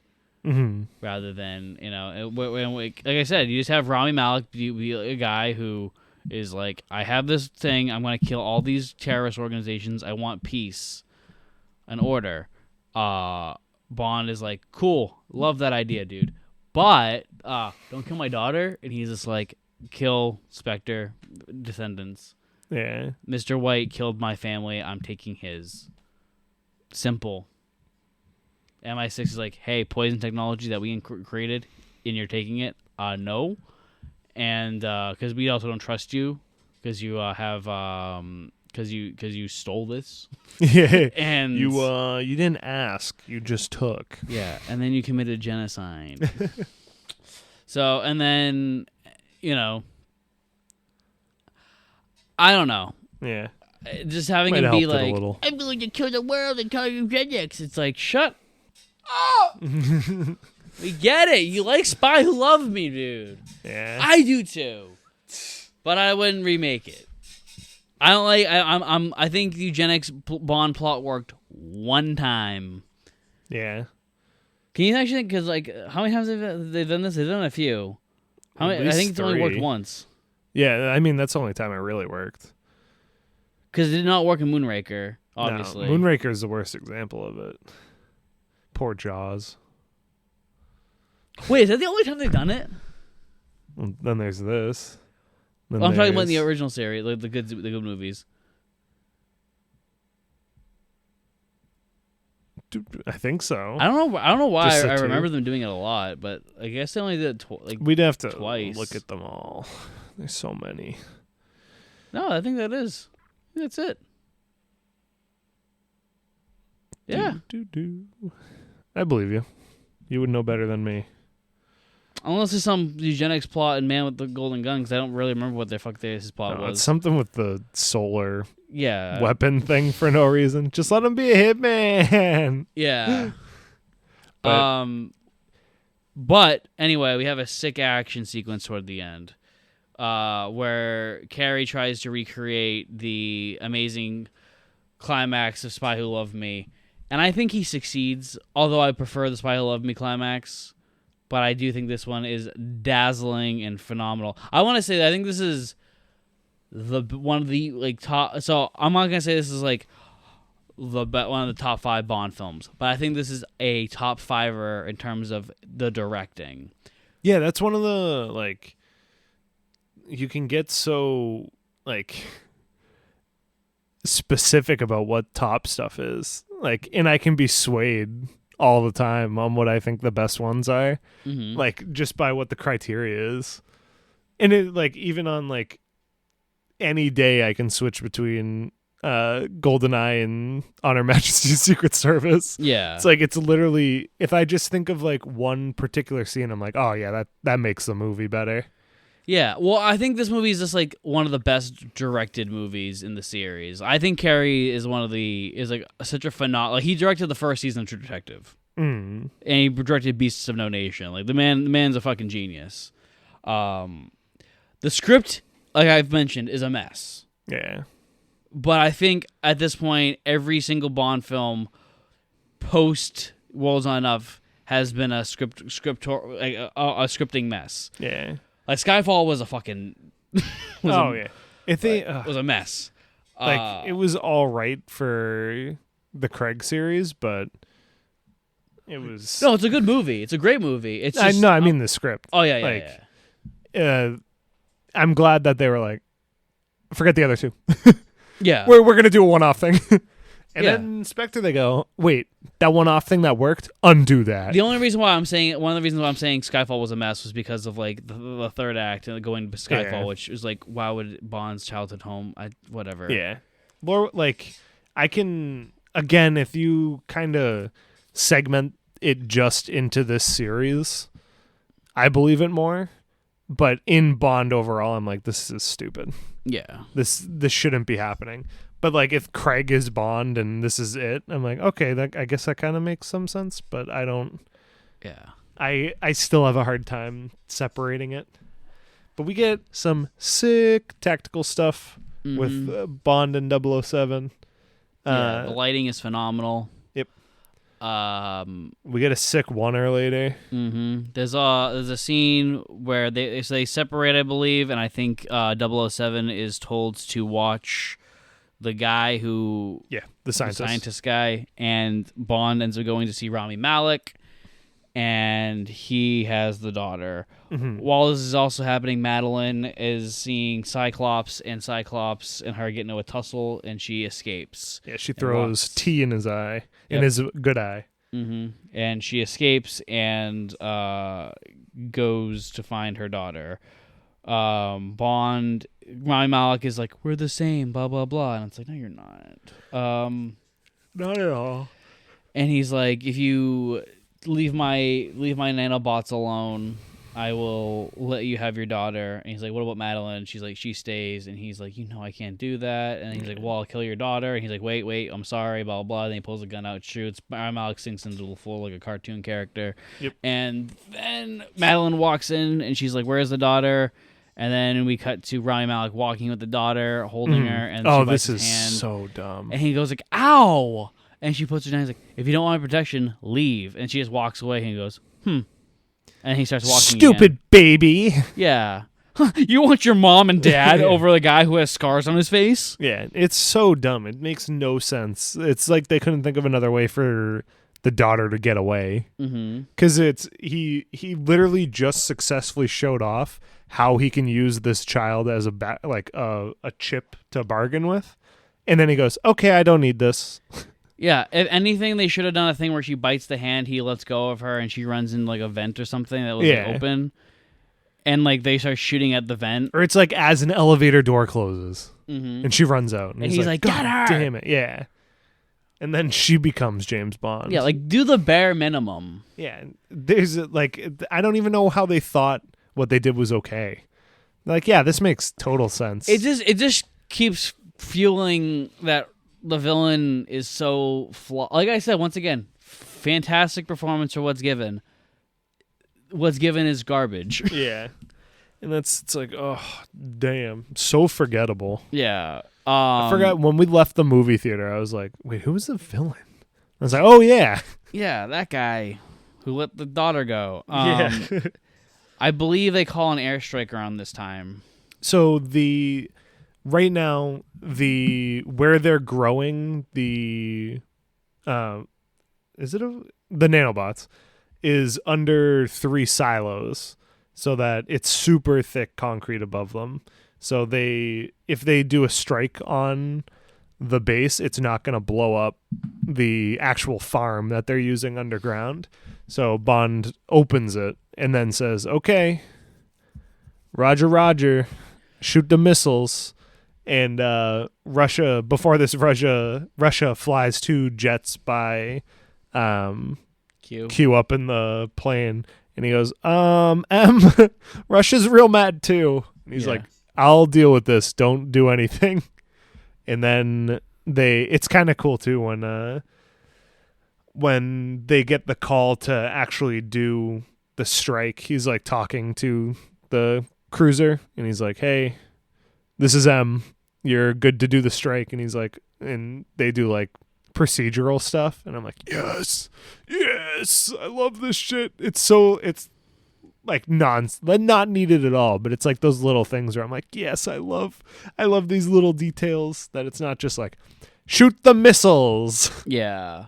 He's like going through proper channels. Yeah. And anyway, Madeline and what's her name? Matilda or some shit? Baby gets get away with 007. Mm-hmm. Bond is getting ready to get away too. He kills Cyclops. He blows his brains out. Well, we get this. The gun barrel moment, which is stupid. What gun barrel moment? When he's walking across the thing and he shoots like in the thing, and they have it's in like a centered shot. I don't even remember that. Yeah, I just remember the oneer on the staircase. That's sick. Yeah, it's way better than the oneer from Spectre because it actually means something. Yes. Nice. Like the Wonder Inspector looks cool, but this also is a pretty good action piece. And that's when he kills Cyclops by using his watch EMP to blow up the camera in his eye, which I don't know why he still has in, because Blofeld no longer has the receiving end of it. So maybe he doesn't know Blofeld died? No, wait. Why is Cyclops on his team? He was helping Blofeld. What the fuck? Yeah. Maybe he's in on it the whole time, but I feel like it would have taken the eye out after, because he doesn't die when that would make sense. It would make sense. Yeah, if he was in there that whole time. But why does he have the eye? Just take the eye out. Take the damn eye out. God damn it. Yeah, God damn it. Anyway, they get off the island with 007. Bond is on it. He notices that they're closing the hatch, so if the missiles land, it will not destroy anything there. He goes, what the fuck? I was just up there. It'll literally bounce off. Yeah. So Bond goes to do that, but then Rami Malek shoots him twice or 3 times. Yeah, 2 to 3 times. He's bleeding a lot. Yeah, and then he also injects him with the stuff that the nanobots. The nanobots. But we get a sick arm break.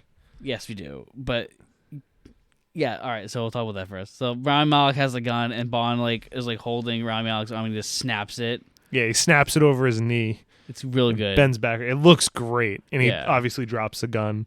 Then he gives a stupid speech about how now they're equals. He'll never be able to see his loved ones. And then Bond walks up to him with the gun and just shoots him 3 times and walks away. No talkie. Mm-hmm. Just killing. And I was like, yes. That's some Connery shit. Yeah, that was cold. Yeah.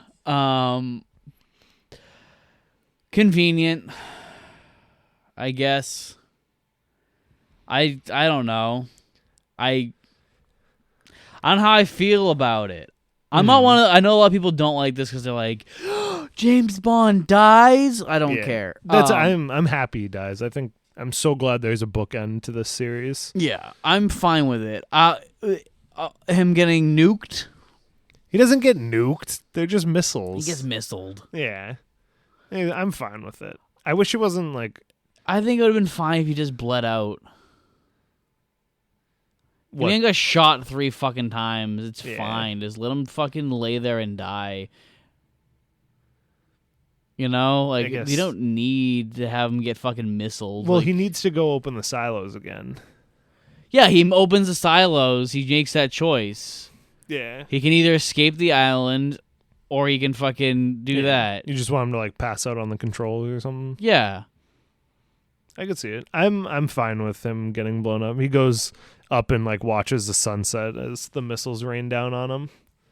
It's just the whole thing where the movie has to be this thing where they're he literally because I guess that they would have those he could have got out if you just did blah blah blah. It's just no, he can't because he has nanotechnology. He would kill his daughter and his wife if he did, and it's just oh, I see what you mean. Yeah. Well, no, he needs to get nanotech because he would have left if, I'm sure he would have tried to escape harder if, jump off the side of a cliff or something and just hope he hits the water right. I think it would have been fine if he would have just went in there and he would have just died. He does the job. The job is done. And he's basically Q, is it good? And he's like, yes, Bond, it's fine. And then he sits down. Because he literally can't push himself forward. No, that's cool too. He's usually able to push through it all, but he's got fucking 3 bullets going through his body right now. Yeah. And he's gonna die. And he sits there. He's like, now put Madeline on. And that's where they have their conversation. And he's like, I literally can't move. He's like, I'm not gonna make it this time. Yeah. I think that's better than him looking at the sunset and saying we have all the time in the world and get fucking bombed as she says she has your eyes. Yeah, I'm fine with it. Like I said, I think it's a good bookend for it. Nobody can be oh. I don't hate it. Yeah. I don't hate it. Yeah, I think it's okay. But I'm just saying I think it could have been stronger if it's just more subtle. I think they MCU'd it. Yeah, I could see that. Everyone has to say the right things. Everyone has to say all of the things. The guy's bleeding out, and he's bleeding a lot. He's bleeding a lot. And he's got a lot of stairs to climb. Yeah. And then also climbs a ladder. I think him in the thing pulls the thing down. He watches the thing open, and it's just is the job done? Yeah. Works fine. Rather than him doing it and then climbing out, watching the things come toward him, and being I love you. She's like, I love you. Also, the part's also a little silly because she's holding a walkie, and if anyone. Oh my God! Stop. You know who doesn't have walkies that make huge sounds? the military. All right, that's fair. the spies actively in a military That's base. all right, Nick. All right, but it was like a fucking Motorola to me. It's a level below the ones we had at work. Yeah. Imagine if they had the shitty earpieces. Yeah, right. The ones that barely fit in your fucking ear. Yeah. I mean, it sounds like I'm bitching, but like I don't know. Yeah. It's funny because this is higher rated on his list than I thought it would be. Because I don't think it's a good movie, but like I'm gonna critique because I don't think like you're thinking about it consciously when you're watching it, but when you're talking about it, you think about it all the entire time. Yeah, there's a lot of little stuff that it's like, oh, that could have been.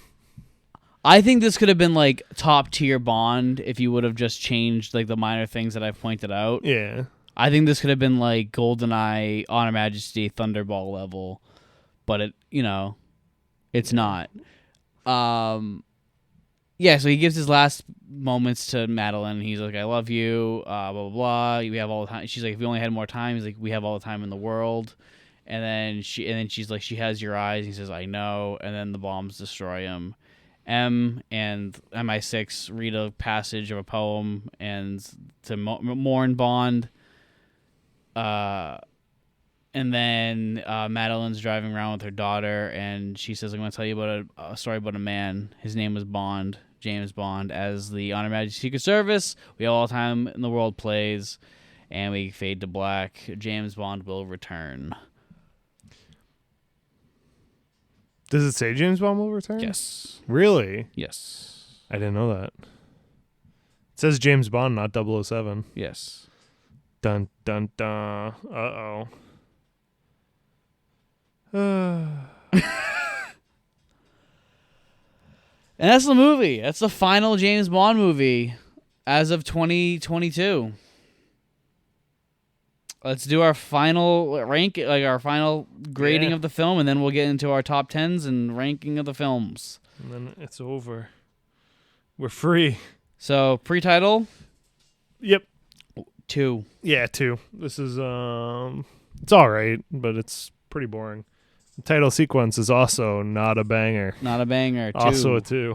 Song? Pretty good song, though. Yeah, the song's good. It's just the only part I liked was the Dr. No dots. Mm-hmm. Then they're gone.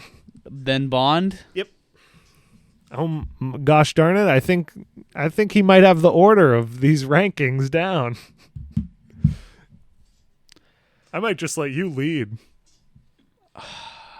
I'm gonna give him 3. Yeah, I think he did good in this one. I think he did fine. I think this is good with like Skyfall level. I think he did fine. Yeah, I think he did good. I'd probably give it like. No, I'd probably give 3.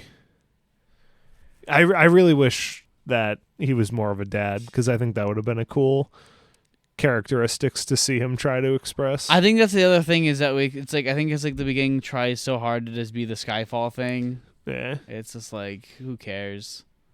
There's not enough variety in his performance where I think the movie opens itself up to be that. Yeah. No, that's true. Bond Girl is next? Yep. 3. I think Madeline Swan has improved tremendously, and I think her performance is incredible. Mm-hmm. I think she probably gives the second best performance of the film. If we're also counting Amadee Mamas as a Bond girl, then she gets a 5. Oh yeah, she was. Because she is the performance of the movie.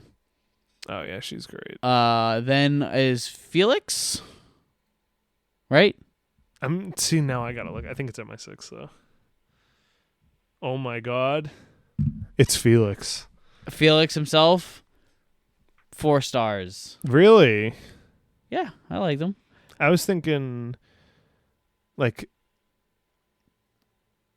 I was being too rough, because I was like, I like the friendship scenes, but they don't feel earned. They don't feel earned, but he himself was great. Yeah, and that's why I was like, oh, I guess I'm doing this scene and not him. Yeah, I liked him a lot. I'd give him like a 4. I like when he discovers that Ash is a bad guy.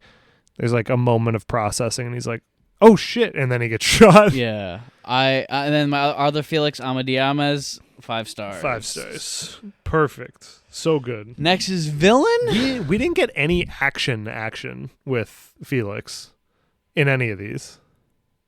In a single Bond movie? No, well, in... No, at all. Yeah, I guess in any of them. Well, no, he does the drug bust shootout on his wedding day.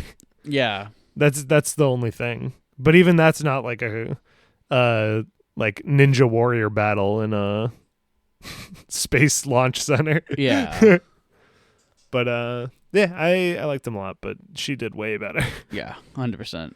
Then we like I have said, MI6. she's the standout star of the film. Yeah. MI6. Villain is a 1. MI6. Oh, MI6 is next? Yeah. M 4.5. I'm gonna just go with 5. I love him in this one. I'm gonna go 4.5 because I think that some of his reactions are a little silly. Not him himself. I'm saying like the character is a little. I'm like, all right, a little. I hate him hanging up the phone. Yeah. I think that's probably the worst part. I think it would have been fine if they did that, and I think that actually would have worked if we did my rewrite where Bond is a family man and he's just like, hey, I've been working with the CIA, and he's like, fuck off. Yeah. Well, the Felix asked me to. Yeah. That would be better. And like I still buy the. He's like, oh, you vanish, and then I hear about you working with the CIA. Like, what the fuck? Why are you doing this to me, son-o? Yeah. But yeah, I love him in this. I think this is his best performance, and I love the diplomatic stuff that goes on. Mm-hmm. Wins me over every time. Yeah. Moneypenny. Like 3 probably. Yeah, I guess 2 to 2.5, 3. Yeah. Again, she's in it too much, in my opinion. Great actress, but I don't want this part all over the movie. Yep. The next one is Q. Yeah. 5 yeah. fucking stars, baby. I have to do 4.5 just because he's on the plane. But that was established in a bad movie, so I'll forgive it. Yeah, I wish they stuck with him being afraid of planes. But hey, maybe I'm imagining that, and that's not actually in the movies. Yeah. But 007. 007's good. I think she plays the part great. 4 stars. I almost wish she didn't have the thing where she was like, you can be 007. Yeah, it was dumb. Yeah, I was like, just keep... You don't have to give it to him. Yeah. He can fuck off. I think that they should never have reinstated him. I think they should be just like, yeah, you're working on this one last thing. Yeah, you're a contractor, bro. Yeah. You're going to die at the end. Exactly. And then Bill Tanner, obviously. It's always 4. a 5. Always a 5. He's perfect. He wasn't in it enough. He should have had Moneypenny stuff. Yeah. There's the scene where he's interrogating Blofeld. I don't really like that conversation at the end. Yeah. So you broke the one rule. You touched him. Yeah. Oh shit, he's dead. Villain, right? 1. Yeah. 1. The writing's doo-doo. Doo-doo. His performance was good though. Yeah. And then for counting Blofeld as well, half. Yeah. Thank you. Yeah, he earned a half, everybody, if we're going. Thank you. Yep. I'll give him 5 because he looks like he's a small person standing. Okay. When he's sitting down. And then Henchman, 1. Yeah. Fuck Cyclops. I'll give him like a 2. I think he was fine. Nah. Yeah, especially if he's been working both. I think that's pretty cool. But I don't know how we missed that twice. So maybe there's a deleted scene or something. Yeah. Story. 2.5, 3. Yeah, I'd give Depends on my day. I'd give it the 3. I think our rewrite is way better, of course, but they should have contracted us. Mm-hmm. And then gadgets, cinematography, 4.5. Yeah, I really like it. The standout bad part to me is actually like the first scene with the CG background. It looks terrible. Yeah, with Craig. But the second and third act look gorgeous. Yeah, he did a great job. Gadgets. We got watch, EMP, meh. 2.5. Yeah. Nice watch though. Do love that Omega. We got Smart Blood, which that's the same as always. The plane thing, which meh. 2.5. Yeah. If we count the bad guy's gadget with the magnet elevator thing. 2.5. Yeah. I'm firm on this one, Nick. I'm not budging. Oh, I thought you were rating them all No. independently. There was one more, but I don't remember what it was. And then there's car, right? Yeah. Which Fucking, it's 4. It's the Aston Martin DB5. Bro, no. 5. It's got both of them. 5. All right. Yeah. It's got, I think it's a DB8 is the other one that I Yeah. remember. But actually, I think I have it right here. Yeah. Aston Martin V8. And then the DB5 is, they're beautiful. Mm-hmm. And that's it, right? Yeah, that's it. All right. Now we can do the So- big ones. Welcome to the real special, baby. Yeah. We're going to not only rank all of our Bond films from worst to best, we're going to give you top 10s of villains, Felix's, girls, and henchmen, and pre-title sequences, and also the mother of all questions, the final ranking of the actual James Bonds. Yeah. That's going to be the hardest part for me. So what do you want to start with, Nick? Pre-titles? You want to start with the movies? Or do you want to... No, I feel like that one we're going to discuss. These ones we're just going to run through. Okay. That's what I was like, because it's getting late, my boy. Pre-titles first? You want to do that? Yeah. Number 10 for you? Thunderball. Number 10 for me is Skyfall. And my number 9 is Skyfall. My number 9 is License to Kill. Nice. Interesting. It didn't make my list, actually. Number 8 is Spy Who Loved Me. My number 8 is Casino Royale. Okay. Mine is a little higher. By a lot. 7 is on... Oh, sorry. Did I say Spy Who Loved Me yet? Yes. Good. On Her Majesties. My number 7 is Tomorrow Never Dies. Nice. 6 for me is Tomorrow Never Dies. 6 for me is The Living Daylights. Number 5 for me is Living Daylights. Number 5 for me is On Her Majesty's Secret Service. Interesting. Number 4 is World's Not Enough. My number 4 is Goldfinger. Okay. Number 3 is Casino. My number 3 is The World Is Not Enough. Nice. Number 2 is Goldeneye. My number 2 is Thunderball. And my number 1's Goldfinger. My number 1 is Goldeneye. Nice. I still like the pre-title different mission stuff, but GoldenEye's is too good to ignore. Mm-hmm. Next we have Henchmen. Hench people. Number 10 for you. Odd Job. Number 10 for me is Mr. Wint and Mr. Kidd. He forgot about them. I had to remind him. He did. I was like, those aren't on your list? What? My number 9's Fiona. My number 9 is General Romanov. Nice. My number 8 is The Milkman. My number 8 is Odd Job. Nice. Yeah. Number 7, I forget the character name, but the person Del Toro played. My number 7 is Mayday. Nice. Oh, Mayday's a lot higher for me. 6, I did Whispers and Teehee from Live and Let Die. Mm-hmm. Just because they're kind of smaller ones. My number 6 is Benicio del Toro. Nice.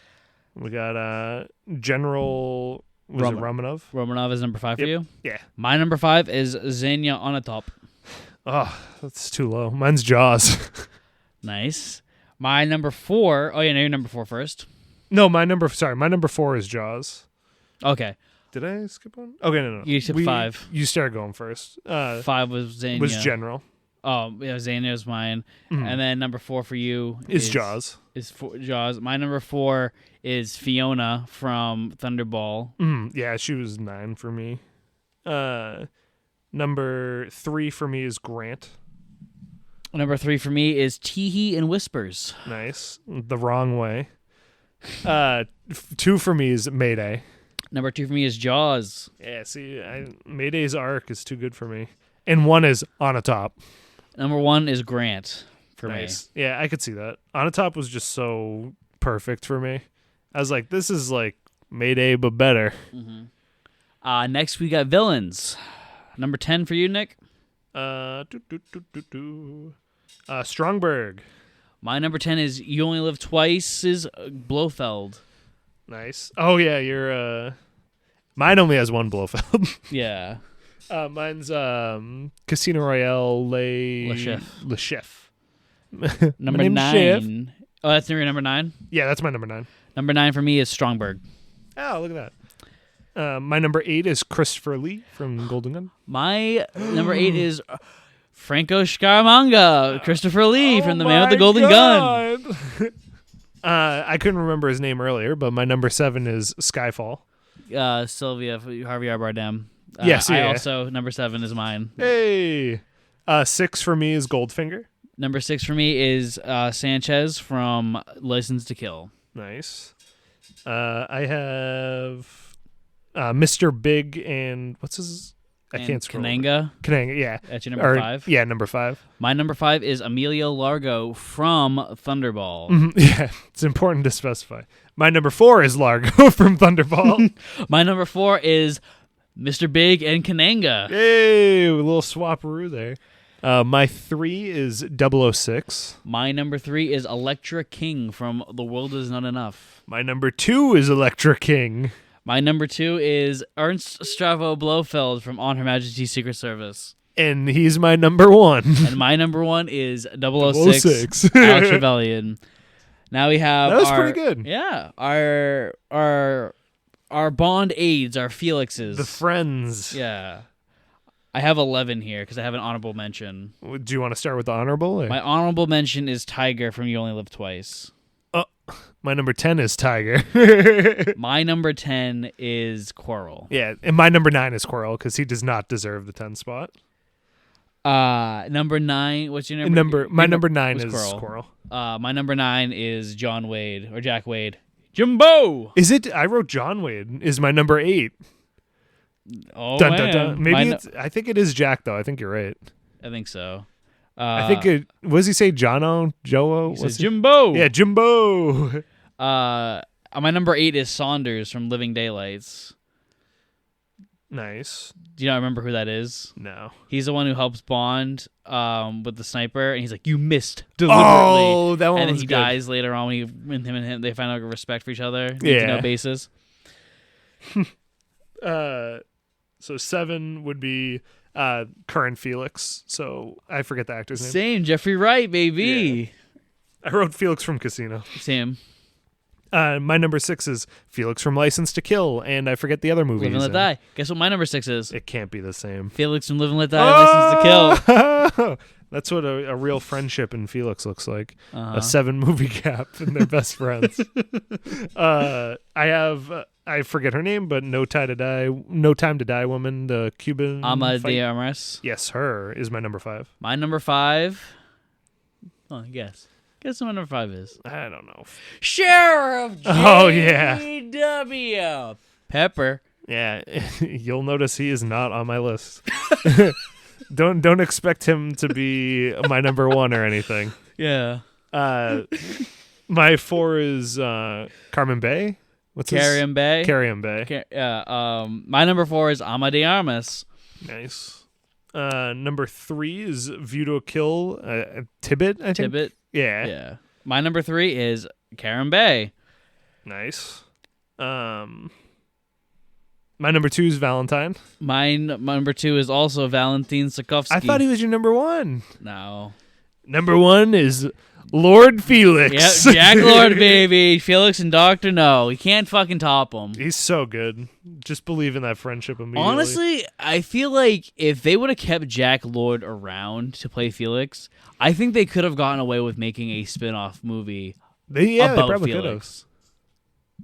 could have. I would watch it too. Yeah. He was damn good. All right, now it's girls. Okay, girls is a little hard for me because it's kind of all over the place. But Number 10? oh no, I didn't. Oh, so whoopsie. I didn't number them, so they're kind of all over the place. But I know number 10 was going to be BB for an honorable mention. Oh, the one that got away from Roger Moore, the child. Goodbye. Farewell, Mr. Bond. Not goodbye. My number 10 is Pam from License to Kill. Nice. My number 9 is Pam. My number 9 is Pussy Galore. Nice. My number 8 is From Russia with Love, but I didn't write her name down. My number 8 is also Tatiana Romanova from Russia with Love. Nice. Number 7 is Kara.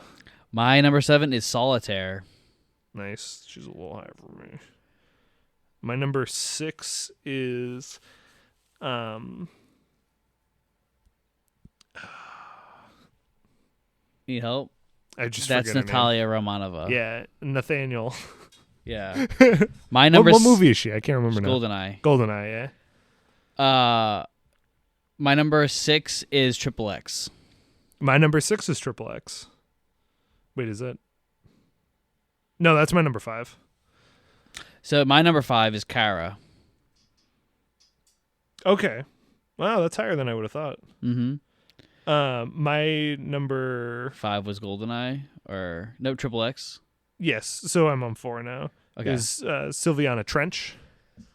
Interesting. My number 4 is Amadeus. Oh shit! I didn't have her on my list. Huh. Hey, well, do you say that she we'll do 2 ones.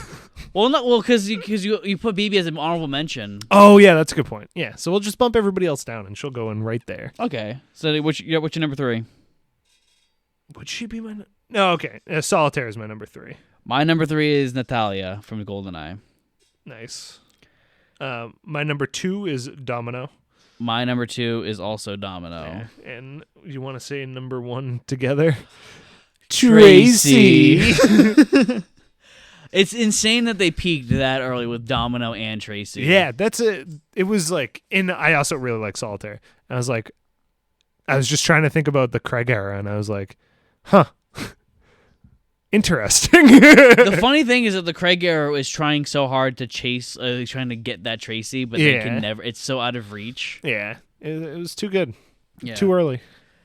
Yeah, that's our top 10s for that. Now we want to do. Should we do the films or should we do the ranking first of like the Bonds? We should probably do Bond because I really don't know. Still, it's gonna disappoint everybody. Sorry, everybody. So.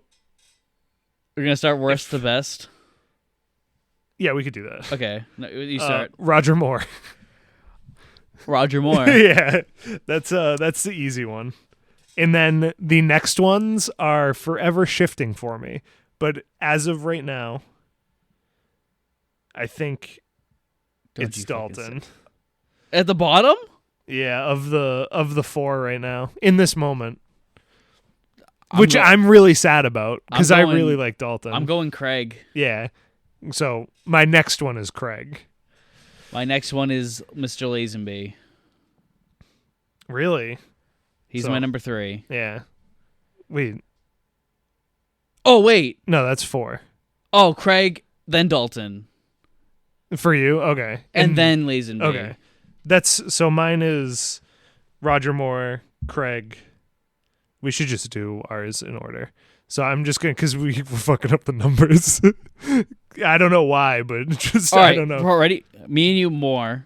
Yeah, Moore is, so that's bottom. 5. And then you're Dalton, and then I'm Craig. Mm-hmm. And then I'm Craig. And I'm Dalton. Yeah. And then I am going with George. As your 3rd? Yeah. I am also going with George as my 3rd. And then I'm going Sean. And you're doing. See, it's hard. He has to. Sean and Brosnan. Yeah, Brosnan's my number 1. Yeah, Brosnan's my favorite too. Yeah. I although like they're ever changing those two. Yeah, that's in. So for me, it's a lot harder than it is for you because it's 4 people for me that change constantly. Mm-hmm. Like especially for nostalgia, I love Craig so much. I'm like, oh man. For me, it depends on what you on the day. If I watch Dr. No, it's gonna be or Thunderball. Sean's gonna be the best one. But if I watch GoldenEye or Walls Enough, I'm gonna go with Brosnan. Is it in like if we go by my top movies, it should be like by ratio. It should be George, and then Pierce, and then Connery, and then Dalton. Oh my God, Roger Moore is just so you're my list, dude. When does he have a good one? I don't know. Is Spy Who Loved Me him? Yeah. Okay. Wow, he's barely in my top 10. Yeah, he's not in mine at all. This is something, huh? Yeah. Oh, hold on. No, that won't knock him out anyways.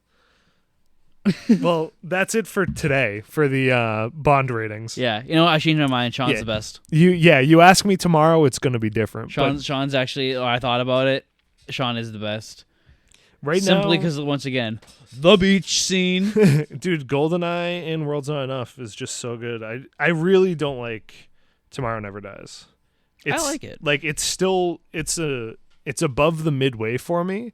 But if that was a killer too, then he would be my favorite. Mm-hmm. But it's just like I like both Dalton's Yeah, movies better than you think it's mid, right? yeah. Yeah. And then I like License to Kill and Living Daylights are above it, and I'm like, so his average is better than his, and it's like, oh, I don't know what to do. And it's like we've always said, they all have their different like aesthetics. And it's like, oh, what am I hungry for today? Yeah. Do I want that brutal guy? But I think Brosnan always had that upper hand because he had everyone's aesthetic. Yeah. And that's why he was so perfect at it, because he was able to embody everyone. Yeah. He did so good in Die Another Day. He did. The movies may have sucked, but he was good. I'll have to rewatch it to discuss that. Say my word you for wanna? it. What's your favorite movie poster? GoldenEye.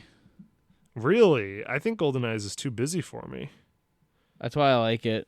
I think either On Her No, I think Thunderball might be my favorite actually. Thunderballs is really good. Thunderball or For Your Eyes Only with the between the legs shot. Yeah. If you want to see an easy way to see all the movie posters at once, in the description, our Letterboxd rankings are there, and you can see all of our movies that we've watched over the past. What has it been, 3 months? Yeah. Longer. 4 months? Oh yeah. How many? It's 24. Some days we did a double. No, I guess just a special was a double. It's been the 25th. It's been 20. 25 Oh my weeks. god. What?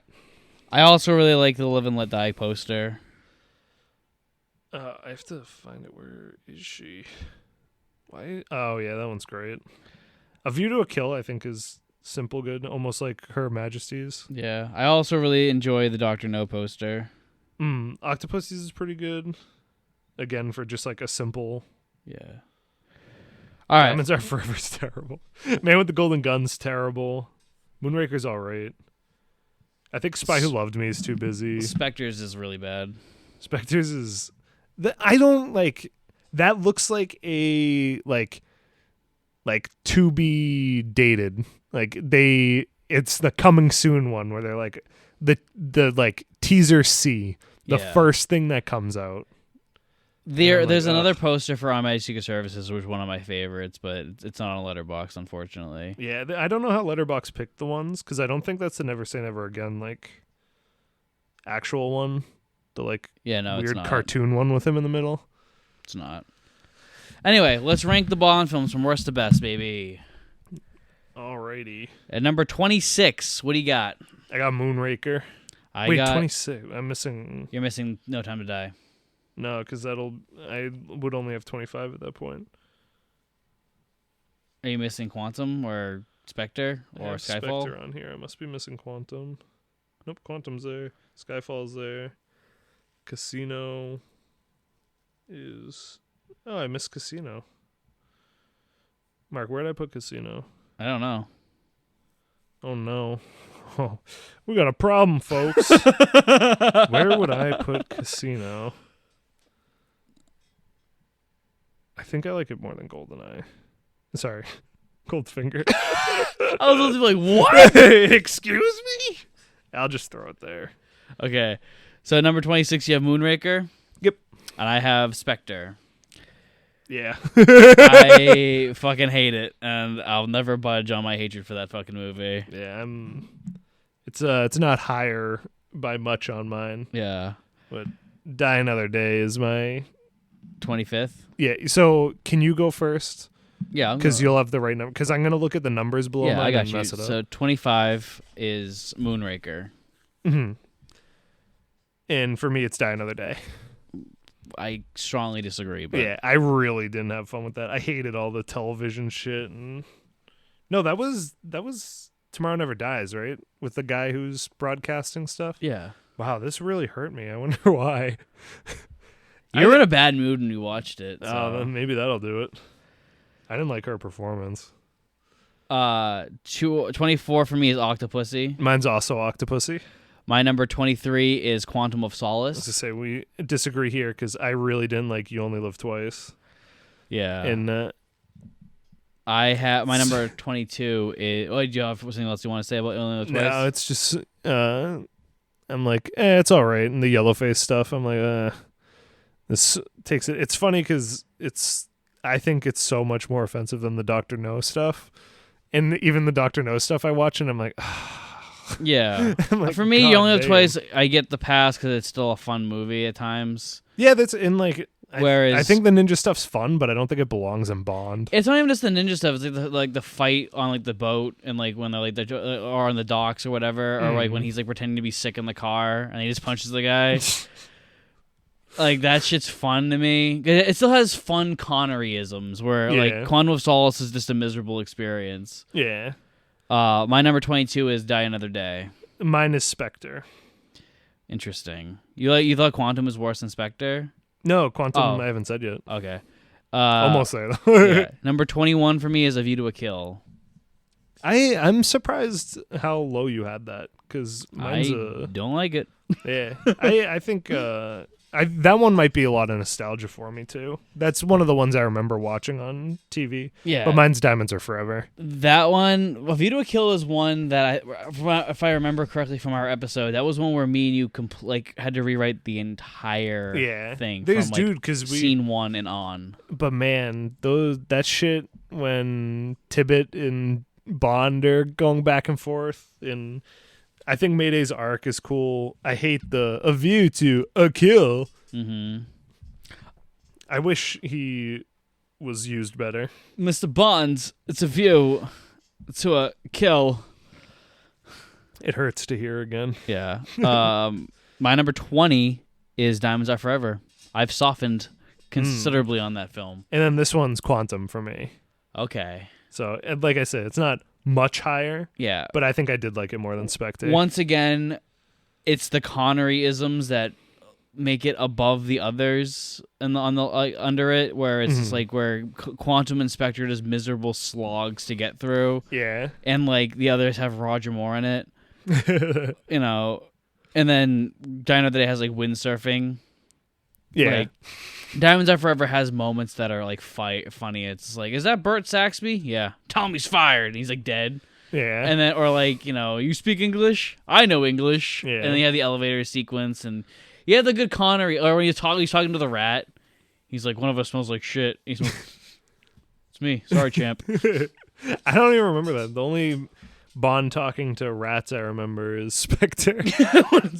Angry drunk. Yeah. Yeah. Yeah. So yeah, I've softened a bit on Diamonds Are Forever. Mm-hmm. My number 19 is Never Say Never Again.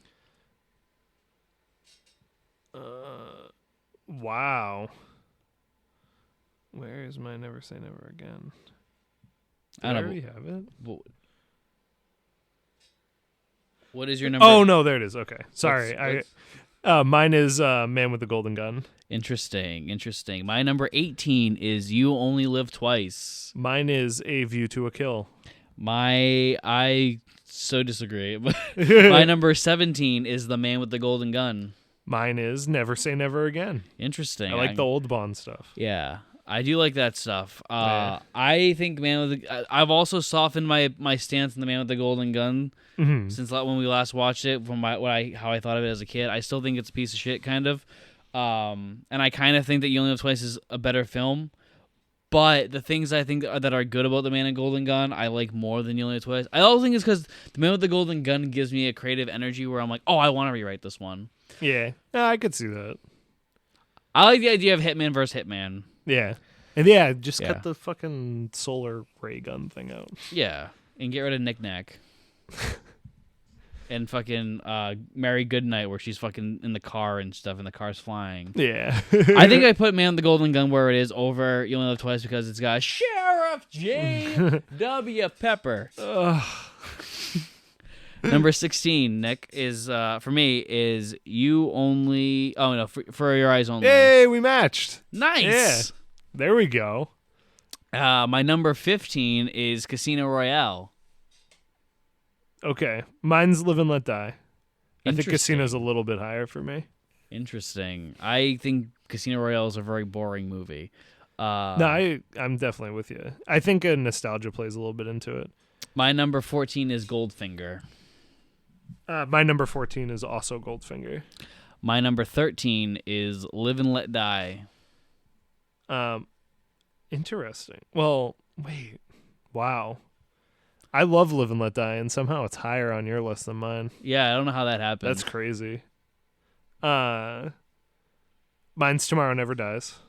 Interesting. My number 12 is The Spy Who Loved Me. Mine is Casino Royale. My number 11 is No Time to Die, which I think after doing this review, I think that it actually would be my number 13. Mm-hmm. Mine's License to Kill. My number 10 is License to Kill. Nice. What is your number 10? I think it's No Time to Die. Interesting. Yeah, so this is, if you want my full final one, definitely check Letterboxd after, but I'm pretty sure it's going to fall there. All right. My number 9 is Skyfall. Mine is The Spy Who Loved Me. My number 8 is The Living Daylights. Yeah, we matched again. Yes. Living Daylights. My I think we might match again. No. This might be the last time, though. No. My number 7 is Tomorrow Never Dies. Oh, okay. Mine's World's Not Enough. No. Yeah, this is where we depart. My number 6 is The World's Not Enough. My number 6 is Skyfall. My number 5 is Dr. No. Mine is Thunderball. My number 4 is From Russia with Love. My number 4 is For Russia with Love. Oh! I thought we had those three all mixed. No. Your next one. My number 3 is Thunderball. And mine is Dr. No. So I thought those three were all mismatched for us. No. All our top Connerys. Nope, that is perfectly flipped. That's pretty funny. My number 2 is wrong. Is On Her Majesty's Secret Service. Mine's GoldenEye. And my number 1 is GoldenEye. And mine is On Her Majesty's Secret Service. That was our tops are closer than I thought they would be. Yeah, I think you need to give Tomorrow Never Dies another shot. Yeah, I think you underrate it. I really wasn't a fan of it, but I definitely will watch it again. I definitely want to watch. I don't know why Live and Let Die is so low for me. Yeah. I want to watch Spy Who Loved Me again and make sure I like it as much to keep it in my top 10 over Live and Let Die. Yeah. But I definitely liked License to Kill more than Goldfinger. Yeah. Goldfinger. I did it. One last time. Yeah, one Goldfinger. last time. I'm Yeah. sure it'll come up in the new podcast. In season 2 when we do this again. Yeah. Yeah. Let's do it again. Another one. All right, everybody just exhale at the same time. It's over. We did it. We watched all the Bond movies. Yeah. So you want to do it again? Yeah. We should All do right. different movies this time. No, we should just do this again. I don't want to do it again, though. So tune in next week when we watch Dr. No. I can't wait. But yeah, thank you so much for everyone who's come on this journey with us. I hope you enjoyed it. I hope all those who don't want to actually watch Bond films got what they felt like they needed. Yeah, but scratch that itch. But I hope you would at least give the top 3s or top 5s that me and Nick talked about a chance. Mm. I think they're well worth your time. Oh yeah. Me and Nick had a great time doing this podcast, and who knows, we might have another follow-up podcast next week. We might not. Yeah. We'll find out. Maybe there'll be a season 2 with different stuff. Yeah, only time will tell. Yeah. But thank you guys so much for listening. It's been a great journey, and like I said, if you want us to do Casino Royale 1967, you're gonna have to pay us. $200 each, baby. Yeah. And we'll do, and because of your payment, we will do that. And Casino Royale 1954. Yeah, it's the most we could do for you. It's the most we can do for you, but we're gonna record it and only send it to you. Yeah. So if you want an NFT. Yeah. so if you want to hear it, everyone has to pay us $200. Yeah, we'll do that. $200. You send us $200. We'll fucking send you a recording of us watching that movie. We'll even do an audio commentary while we're doing it. That could be fun. Yeah. And like We're I said, season 2, it'll just be audio commentaries, and you'll just have to start the movie at the same time as us. Don't look at me like we're not watching them all again. it's a good idea. It is a good idea. All right, let's do it. Let's start now. All right, perfect. I got him. No, but anyway, thank you guys so much, and thank you. Be sure to listen to our other shows, watch our films, and subscribe to Nihilist Media on YouTube, and follow us here on Spotify. Thank you so much. We love you guys, and have a good one. See you, everybody.